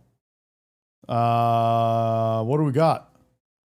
Holy cow. And that head is Chuck Schumer. Schumer hasn't been forced out yet, but Democrats are already looking for someone younger, prettier, and Puerto Rican. All right. He's worried and about I'm AOC. happy to take And another call AOC, I if think, somebody will wants to take him jump on. in. I think I talked to her tonight, and she'll announce tomorrow. If she announced tomorrow, she'd raise $10 million over the weekend. Maybe. Yes, I can still do multiple people at the same time. Throwing money at her as fast. It should be record amounts because people are sick of Chuck Schumer and sick of him. AOC is already measuring the drapes, and the Congresswoman says she's got a big tent, even big enough for ultra MAGAs. I fully welcome Trump voters into our coalition. And I know that sounds crazy to some people, but just hear me out. I can't tell you how many times someone has pulled me aside. I was once a big Trump voter and a Trump supporter, and now I've learned and now I've changed. Yeah, and black lesbians are coming up to me and telling me they love the 5. But who knows? Maybe that's true. People in Queens like to swing. You know, swing voters. By the way, where is Chuck? If these 8 Senate Democrats really did go rogue, shouldn't they be punished? Shouldn't Chuck be calling them out? The traitorous 8? But he's not, is he? Chuck put him up to it, then slinked away like a wuss. In politics, you never want to create a vacuum. Now the crazy wing is making moves on the upper chamber. You're thinking about running for Senate yourself. I am absolutely thinking about running for Senate, and I'm hoping to have an answer within my inner circle, probably within the next week and a half or so. Worst case scenario, we have AOC and Crockett running the Senate. Young, brash basket cases who can't do math. And they're on a warpath. Jazzy says, doesn't matter who you are or where you came from, age is just a number. There is this feeling within our base that we need to have younger people. I will tell you that I don't necessarily just subscribe to ageism. I'm gonna be perfectly honest, because even when you look at the votes and you look at the 6 Democrats that actually broke ranks yesterday out of the House, I can tell you that they weren't all elderly. That's not just a threat to Chuck, that's a threat to any young buck. And since Schumer's MIA, who's gonna stop him? Hakeem? Hips is patting everybody on the back. Leader Schumer and the overwhelming majority of Senate Democrats waged a valiant fight week after week after week, month after month after month, starting in September into November. Fight? Democrats didn't even draw blood. Trump just said no, and then eventually they said, all right, fine. They wanted to pay them $1.5 trillion, which would have really hurt our healthcare businesses and our recipients at levels never seen before. Today, we're sending a clear message that we will never give in to extortion, because that's what it was. They tried to extort, the Democrats tried to extort our country. Nancy knows Chuck got rolled. They had to bring her out of semi-retirement just to call Trump names. He pronounced that during Climate Week that this was a con job. This is a scam. No, Mr. President, you are projecting again. You are the con job. You are the scam. The media knows Nancy's the real boss, and they were bird-dogging her all over the Capitol. Do you still support Senator Schumer in his role as minority leader? Yes, I do. Who I don't support is the President of the United States as the worst president for children America's ever had. Nancy has one foot in Congress and the other foot in the vineyard. She thinks Hips is a hothead and hates AOC. Her and Obama put a nice coalition together, and now it's falling apart. The party's moving far left. They're going to primary electable Democrats, and these wingnuts are going to get slaughtered in the general and jeopardize flipping Congress. With the party scrambling, Nancy's pushing Newsom. Gavin Newsom is being welcomed as kind of a rock star in Brazil this week. The world still needs and wants America. Did he just say Gavin Newsom is a rock star, bro? What are you talking about? Rock star in Brazil. Nancy's pushing Newsom. Gavin Newsom is being welcomed as kind of a rock star in Brazil this week. The world still needs and wants American leadership. A San Francisco liberal is the one thing stopping a full commie takeover. It's already getting ugly. Newsom's former chief of staff was just charged with fraud. I wonder who was behind that. Ms. Dana Williamson's facing Did you guys hear about this? Look at this. 23 counts for trying to steal $250,000 in campaign cash and funnel it to her friend. You know who started this investigation? The Biden DOJ. Her lawyers say that Biden prosecutors were asking about Governor Newsom, and she didn't flip. Wonder why the Biden administration was investigating. Dude, there's all this corruption coming out of the Democrats right now. It's hard to keep track, dude. It's insane. You had this person that was right there working with Gavin Newsom, and then there's the other lady that was literally a spy for China working for the governor of New York. Dude, investigating the Newsom team. what's going on Around the here? same time. Where is Mamdani? What's up with him, dude? Where is he from? Who's paying him? Who's not paying him, I guess. The coup. You think Kamala had anything to do with that? Kamala and Newsom hate each other. They're California rivals. They'll be rivals for the nomination in 28. The battle lines are drawn. Pocahontas ditched Schumer and went to New York to strategize with Kami Mamdani. JB Back won't even listen to Schumer, but he did pick up the phone when Mamdani called.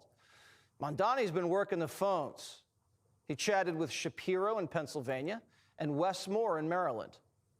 The commies are making a national play, but Paul Revere in a hoodie is warning the whole party. America's future and my party's future is not socialism or kinds of outlandish far left kinds of ideas. And it's been a year ago, after we lost the election, a lot of those parts and part of those ideas pushed our party over the cliff. And that's why we're in this situation right now. Mamdani, AOC, Pocahontas, they're not even pushing traditional communism. Good point, Jared. At what point were the Dems not crooks? They're really not talking about the working Same here, bro. I don't know what's up with Pelosi, bro. She's completely gone, too. class. They're pushing academic communism, communism for college grads. The bubble we live in, you and I both live in, which is, I went to college, you didn't. Screw you. That is the attitude that I hear all the time. Town versus gown has gotten to be political. The people that didn't get a college are voting for Trump. Why? Because of snobbery and attitude. White-collar communism won't cut it.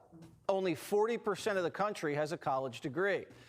These snobs don't want to help people. They just want to hurt Trump, blow up the border, and deprogram the deplorables in flyover country. If they really wanted to help the working men and women of this country, they wouldn't be talking about Epstein. And they definitely wouldn't still be stuck on the big, beautiful ballroom. I've been a longtime OG anti-Trumper for a long time, from basically my whole life, adult life. Never did I get in my... You've been excuse me, I'm trying to eat and talk. You've been a long time race hustler is what you've been. You are the OG race hustler. Look at you, bro. Everything about you, every time you open your mouth on national television, it was about race. That's why you don't have a show anymore. You race hustled so hard that even your own audience couldn't stand you anymore. wildest nightmares, literally taking it down a part of the White House, like literally just taking the White House apart. Like, he might as well have put like a little bomb in it and just blew up the East Wing. TDS is at all-time highs. You are a Trump hater and you are a beta male. And male, probably is a male. You are a Trump hater and you are a beta male. So bad, 40% of Democrat young women are considering self-deporting. The ones who aren't fleeing to France are staying here, just waiting around for Trump to die. Joe Biden had a bad debate night and the world exploded. Okay, that was all that was going to be talked about. All this other bullshit. And Donald Trump's physical and mental collapse is right in our faces every damn day. He is a guy who is physically and mentally knocking on death's door loudly. Trump was ending the government shutdown at 10 o'clock last night. If Biden was president, he would Trump will do circles around you, buddy. have called a lid and opened it up in the morning. Democrats don't just want Trump to die. They want anyone who agrees with Trump to die. As I say all the time, I aspire to work as hard as Trump does when I get to his age. And I still, even if I even aspire and I try, I don't know if I can. I really don't. Rough things and names, some names. I hope so. I won't repeat on TV, but the dude, his own Democrat Party wants him to die. Can you believe that? It's insane. Listen to what he says right here. I won't repeat on TV, but rough things and names. Right would say. I mean, the right would say really rough things and names. Some names I won't repeat on TV, but the on the left it was like they want me to die or that we're cheering. You hear that?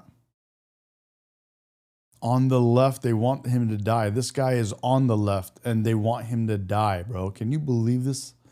It's insane, the world we live in right now. But the on the left, it was like they want me to die, or that we're cheering for your next stroke. Fox News alert, Senator John Fetterman took a fall and landed in the hospital this morning. He was taking an early morning walk, felt lightheaded, and he collapsed near his house in Pennsylvania.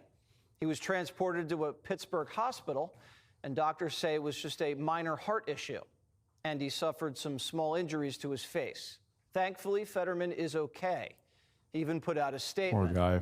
If you thought my face looked bad before, wait until you see it now. And we wish him a full and speedy recovery. Click here to subscribe to the Vice Fox President, News. great to see you again. Good How to are see you? you. Welcome. Good. Appreciate Good. How you this, doing? And thanks for sitting down. Well, I guess we start with a little good news. Yeah. Government is open. That's right. Okay, longest shutdown in history. Can you tell me what the point of all that was? I wish that I knew, Sean, because here's what the Democrats actually accomplished. They caused a lot of stress for our troops.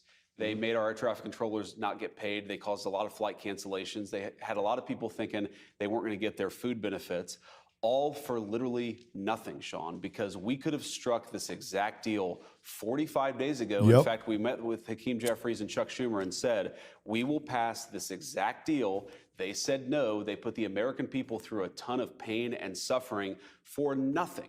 And we knew this was going to happen, Sean. We knew the President of the United States said every single day, eventually, the Democrats are going to realize this is an absurd position. We've got to reopen the government. And that's what they did. As bad as it was getting, I'm trying to comprehend the thinking behind this. Except for 8 Democrats in the Senate and 6 in the House, they wanted it to continue. And there's real palpable anger that it didn't continue. I think Chuck Schumer's cooked as a result, even though he did everything that his base wanted. Yeah, so let me say a couple things. First of all, I do give a lot of credit for the moderate Democrats in the Senate who were with us from the very beginning. Because if you remember the original bill to keep the government open before the shutdown even started, there were 52 GOP senators, 3 Democratic senators. They recognized where this was going. They recognized what was in the best interest of the country. But I think, Sean, there are so many far left people who run the Democratic Party in Washington, D.C., they just want to burn it down. They don't care if the troops don't get paid. They don't care if you cause billions of dollars of lost productivity. They don't care if you shut down the airline industry, which they were very close to doing. They just want to get Trump. And they don't care if they have to burn the entire country down in order to get Trump. That's what they want to do. And I think that it shows how stupid that approach is politically, because normally you would expect the President of the United States to get blamed for a shutdown. The American people were smart enough to recognize that the Democrats were the ones who were sort of holding this hostage. They were saying that unless you give us everything that we want, unless you give us $1.5 trillion of benefits, health care for illegal aliens, we're going to destroy the country. We're going to keep the government shut down indefinitely. I think the president recognized eventually the American people are going to recognize this is the Democrats doing this. The Democrats, I think, made a huge political mistake by continuing to push for all of these crazy things. And they said, if you don't give all these crazy things, we're going to keep the government shut down. It was politically stupid, but you're right. I don't understand the psychology of a Democrat who says, we'd like. Tamara says, it used to be you couldn't tell what party someone was in. Now we can tell from 10 feet away. Now, if you like your country, you're on the right. Now, if you like America, you're a Republican.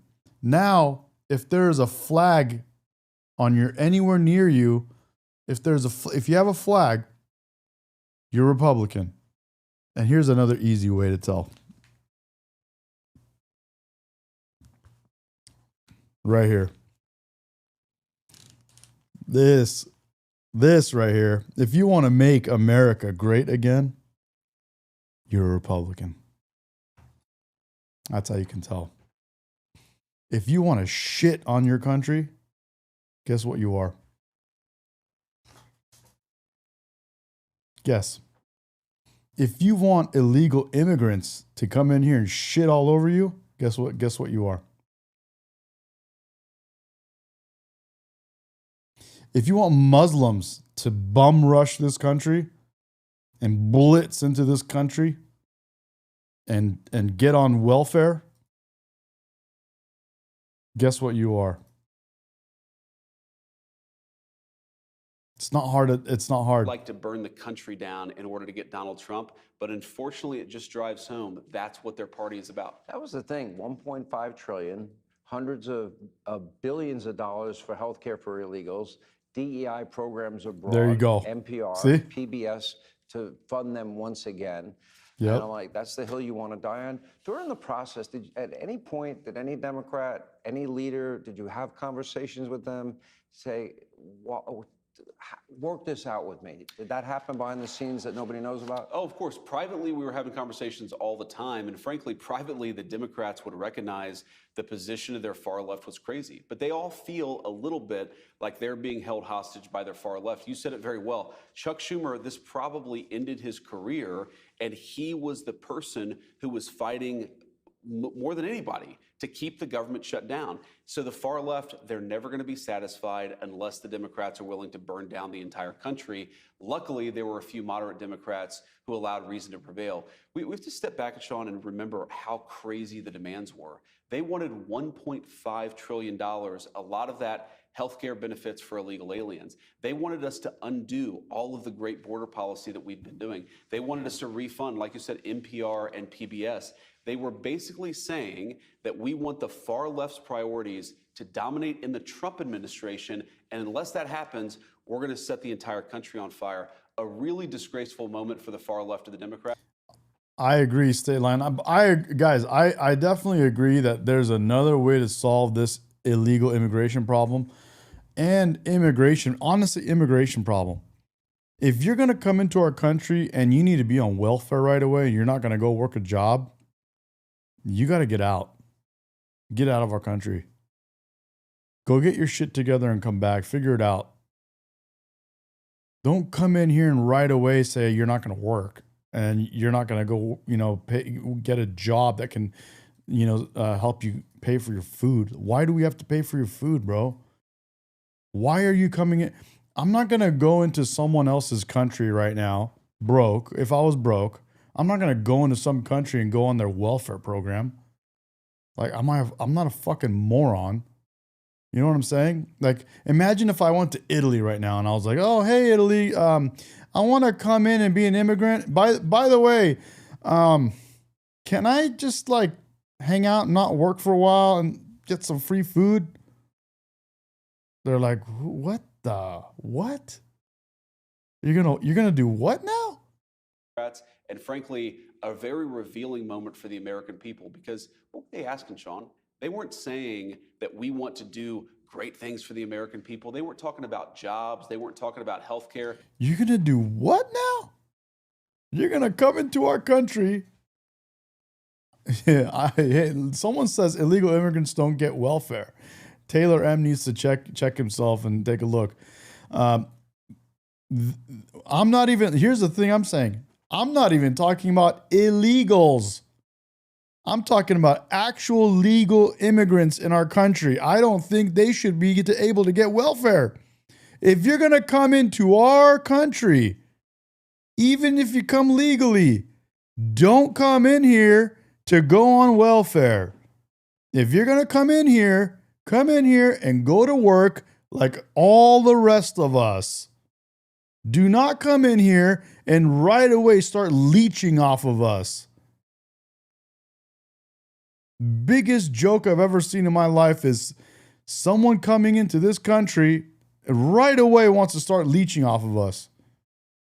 They were talking about give us $1.5 trillion for healthcare benefits for illegal aliens. And unless you do that, we're going to make it impossible for you to fly home to see your family on Thanksgiving. It's just craziness that was ever their. Manuel Correa says Mexican immigrants come to work. They used to in the past. They would come here and they would work hard. Now, they still do. Not to the degree they used to, but I will give you that. They still do. But there's a lot of other immigrants that are not Mexican, bro. I don't know if you've been awake for the last 5 to 10 years, but we're no longer talking about Mexicans exclusively. We're talking about Muslims. We're talking about all kinds of people from all over the globe rushing into this country, and we're giving them SNAP benefits. We're giving them Section 8. We're giving them health care. I'm talking about legal, not illegal, legal immigrants. Why do we have to do that? I don't think that makes any sense whatsoever. Their position, but it was. Will we get it back up and running fast? You know, it's going to take a little bit of time to get everything fully up and running. They actually brought the bill over to my house last night around 9 o'clock to sign it. Manuel is correct. Younger generations are lazy. Yes, I know. Exactly, bro. Not only younger generations, we got older generations coming in here from Africa, all kinds of parts of Africa, all kinds of parts of Middle East, all over the globe. They're coming here and they're sitting on their lazy asses and getting welfare. Some of them work, but a lot of them don't. And it takes them too long to get up and running. And I don't think we should be allowing them to come in here, start off their relationship with the new country, getting welfare. Come in here, right away, go get a job. Right away. No questions asked. Go get a job. Because as the president of the Senate, I had to sign it for the Senate. Mike Johnson signed it for the House. And then, of course, the president of the United States had to sign it into law. Uber eating bills from Congress? Right. Is that... Basically, I mean, the Senate parliamentarian was driving around in an Uber, going from place to place to get this thing signed. But I had this conversation with the president yesterday afternoon. I said, assuming the House is able to get this done, do you want to sign this tomorrow morning? He said, no, I want to sign it tonight because the only way to get the people's government turned back on as quickly as possible was to sign the bill as quickly as possible. But, you know, it goes to show the entire time, the president, the entire administration, we were focused on getting the government turned back on, getting critical services actually funded so the government could function for the American people. The Democrats were focused on... William Frank says 1890 to the 30s and 40s, you had to prove you had a job or family member to support you before allowing entrance. We want to take you hostage. Yep. We want to make it... Here's another thing, man. Here's something, if you guys are not aware of it. Prior to 1915, we didn't have welfare like we do right now. So, yes, you want to immigrate here? Great. We knew and you knew that when you set foot on our soil, you're going to have to figure shit out right away because there's no welfare. And that's what I think we should go back to. Zero welfare. Let people figure it out. Because when there's no welfare, there's no choice. You can't, we don't have the option, we don't have the choice to enable you to be a lazy bum. So guess what? You don't become a lazy bum. That's how that works. Hard for you to get home to see your family on Thanksgiving so that we can give your health care benefits to illegal aliens. What an incredible juxtaposition of priorities. We care about Americans. They care about illegal aliens. That's been true for years. They made it super clear with this government shutdown fight. Let's talk about, obviously, the economy is always front and center for most Americans. I would argue that... I agree, Revere. Everything's set. Trillions of dollars. Someone in the chat says, who is it? Is it Manuel again? Yeah, Manuel. Yes, elderly, disabled, and veterans. I think if you're able-bodied, no welfare. If you're a veteran and you know you need welfare, if you're disabled, like something's wrong with you, yes, I kind of agree with that. However, there are still people that argue that. And people argue that say, well, you got to have some kind of family or someone to take care of you. So, but I think there should be no welfare for able-bodied people, period. Period. Now, of course, you're going to have people acting like they're disabled, acting like they're blind or something. But, I mean, we'd have to figure something out for that. Committed monies for manufacturing, largest tax cuts in history. It took quite a while, over a year and a half, for the Reagan tax cuts to kick in. That's right. Ended up with 21 million new jobs, longest period peacetime economic growth. President Trump now has given us the largest tax cut in history. No tax, tips, Social Security, overtime. Then you add the energy component. So for people now that maybe are still suffering from the Biden-Harris economic hangover, when do we really see the engine of the economy start to take off? Well, some of it's already started, Sean, but some of it is going to take a long time because we inherited a disaster. We inherited the highest peacetime debt and deficits in the history of the United States of America. We inherited the worst inflation crisis in at least the last 40 years, and I think probably longer. So a lot of Americans, when we took over, they were struggling. They either were underemployed or they didn't have a job altogether. Their wages had been stagnant. And the President of the United States said the most important thing that we have to fix is for people to be able to live a good life. We need a good job to pay good wages. We need people to be able to go to the grocery store and actually buy what they need for their family. That takes a little bit of time. And I know that there are a lot of people out there, Sean, who are saying things are expensive. And we have to remember they're expensive because we inherited this terrible inflation crisis from the Biden administration. But you've already seen signs that things are getting better. The price of eggs has gone way down. The price of energy has gone way down. The price of gasoline has gone. BBC is worth $2.6 billion American dollars. On way down. And as we know, when the price of energy goes down, that starts to filter out into the entire economy, but that also takes a little bit of time. There's another component of this, Sean, which to me is maybe the most important because I care so much about our young people being able to afford a good life. A lot of young people are saying housing is way too expensive. Why is that? Because we flooded the country with 30 million illegal immigrants who were taking houses that ought by right go to American citizens. I think I'm down for nuclear energy. I'm good with it, but I'd have to look into it a little bit more. But on the surface of, let's just say with the little bit of knowledge that I have about that, I'm down with it.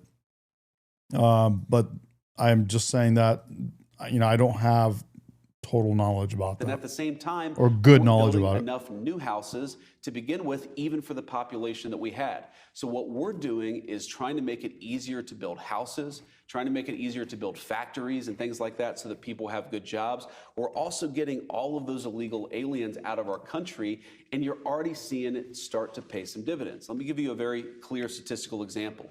Under the Biden administration, the price of a new home literally doubled in 4 years. It went up 100%.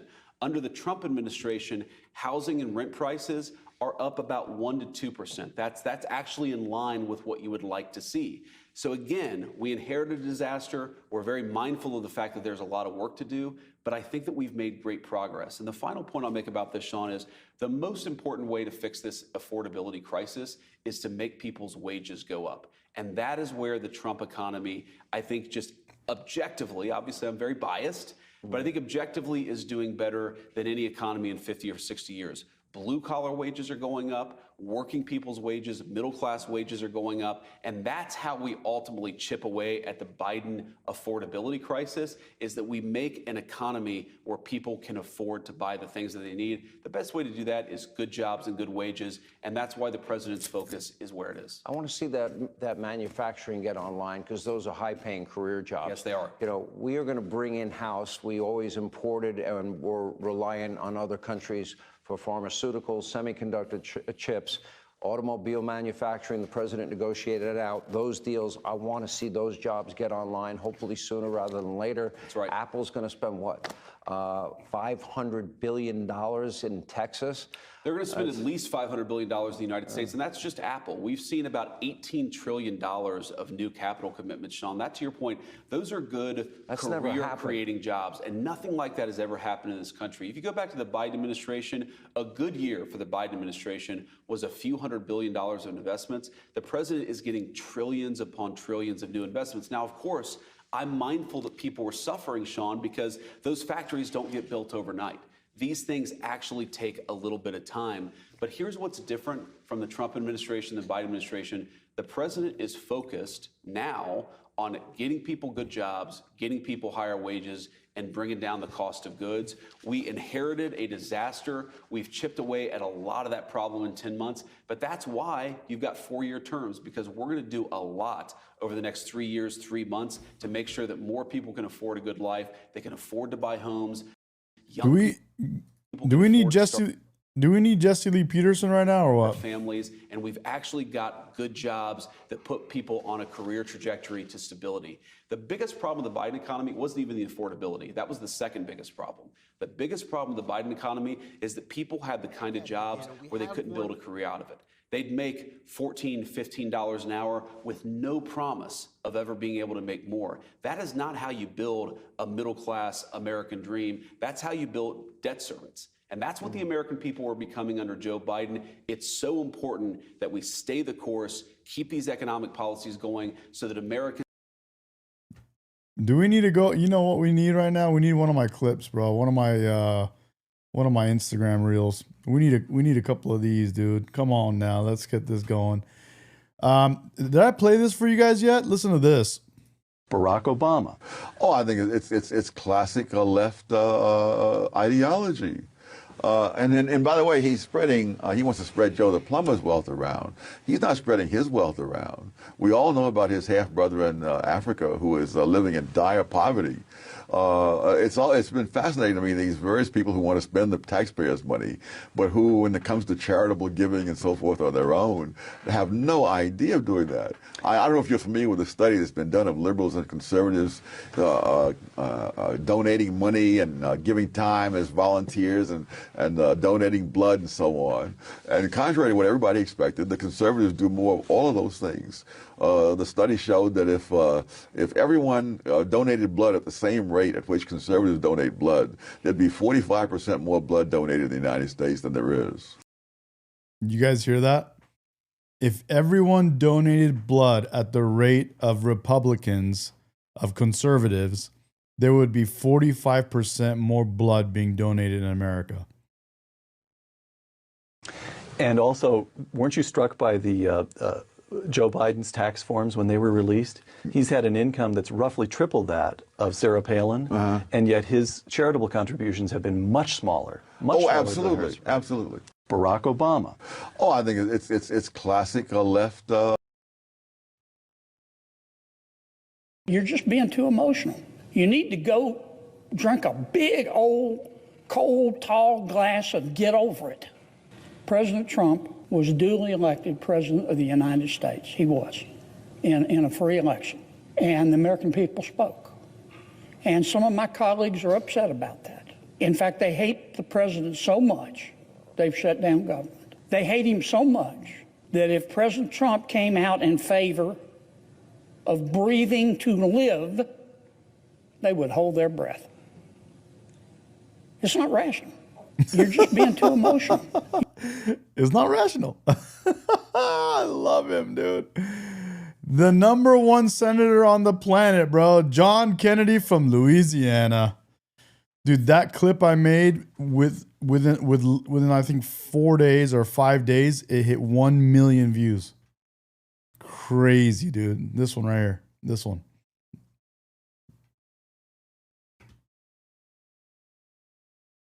Oh, what happened to So that? his constituencies were Muslims, South Asians, and then these 20 to 30 something overeducated, over-credentialed, downwardly mobile hipsters in Bushwick and Brooklyn who think they're the working class because they failed to get like amazing jobs and have student loan from getting, you know, degree upon degree upon degree. They have enormous contempt for labor.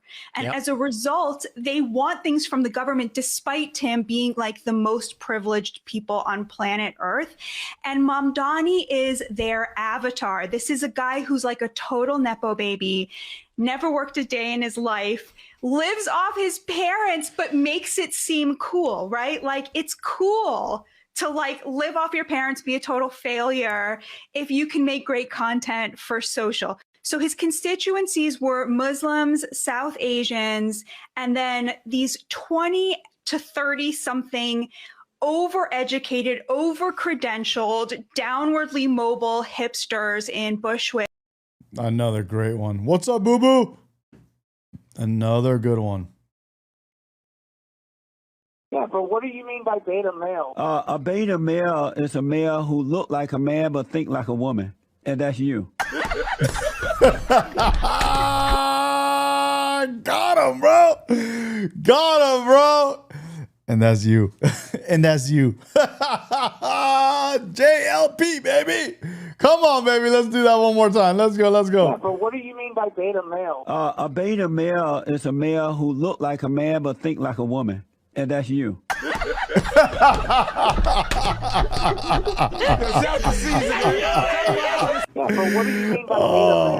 A beta male is a male who look like a man but think like a woman, and that's you.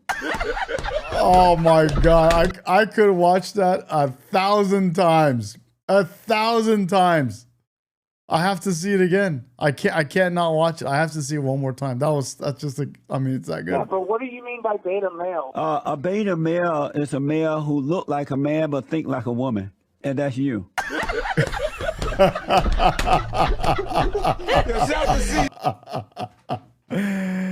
Oh my God, bro. The average female who gets no free food from the government is 146 pounds. The average SNAP recipient is 211 pounds. Nobody could benefit from a nice fast more than the SNAP recipient. The average... Holy shit, bro. It's too good. It's too good. So you're gay? I'm gay. I didn't know you were gay. Yeah, well, I just told you. How did you become gay? One doesn't become gay. One is born that way. And so, have you been with men? Of course. Like sexually? Yes. Really? Yes. That's mind-blowing. This is mind-blowing for you? Yeah. Why is that? I never... Now you know where this comes from. Never expected a priest and a father of Epiphany Church to be gay. Lesbian. It sounds like you're Gay. coming from the assumption. What's look gay mean? You know, switchy and soft looking. Really? That's what you call stereotyping. Oh, but that's they're- called. That's like if I were to say to you, "Well, you're black. Where's your fried chicken?" I was at the house and I can't wait to get home to eat it. So you're gay? I'm gay. I didn't know you were gay. Yeah, well, I just told you. How did you become gay? Now you know where my buttons come from. These three. Here are the three buttons. Here's one button. So you're gay? Here's the next one. I didn't know you were gay.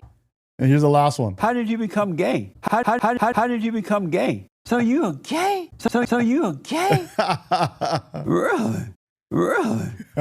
Really? It's like a horse, bro. Really? Really? Really? Oh my God, bro. It's so good.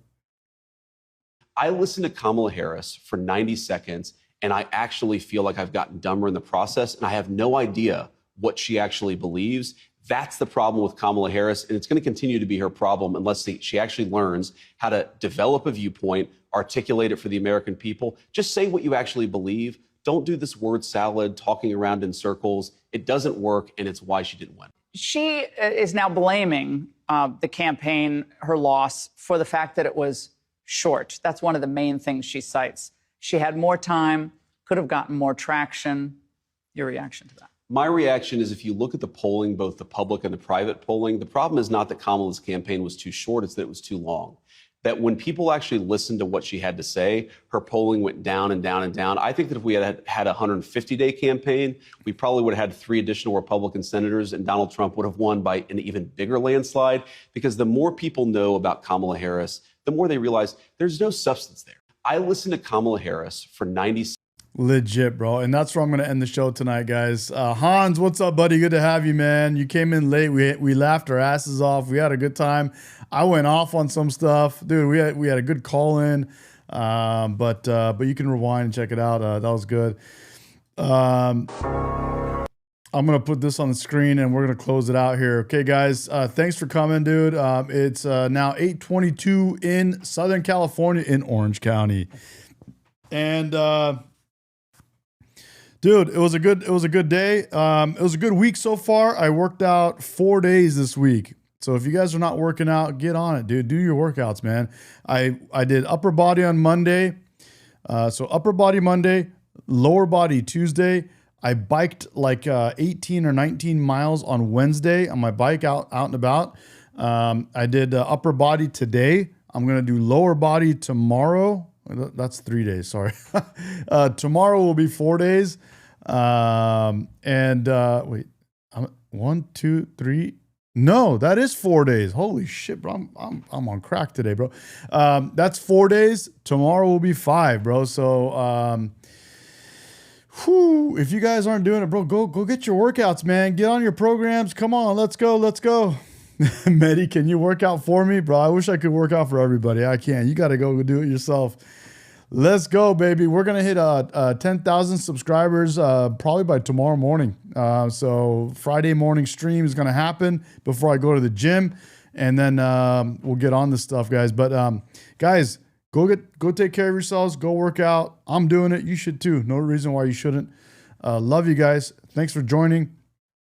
Thanks for subscribing. All the newbies, thanks for coming along. Guys, thanks for being here.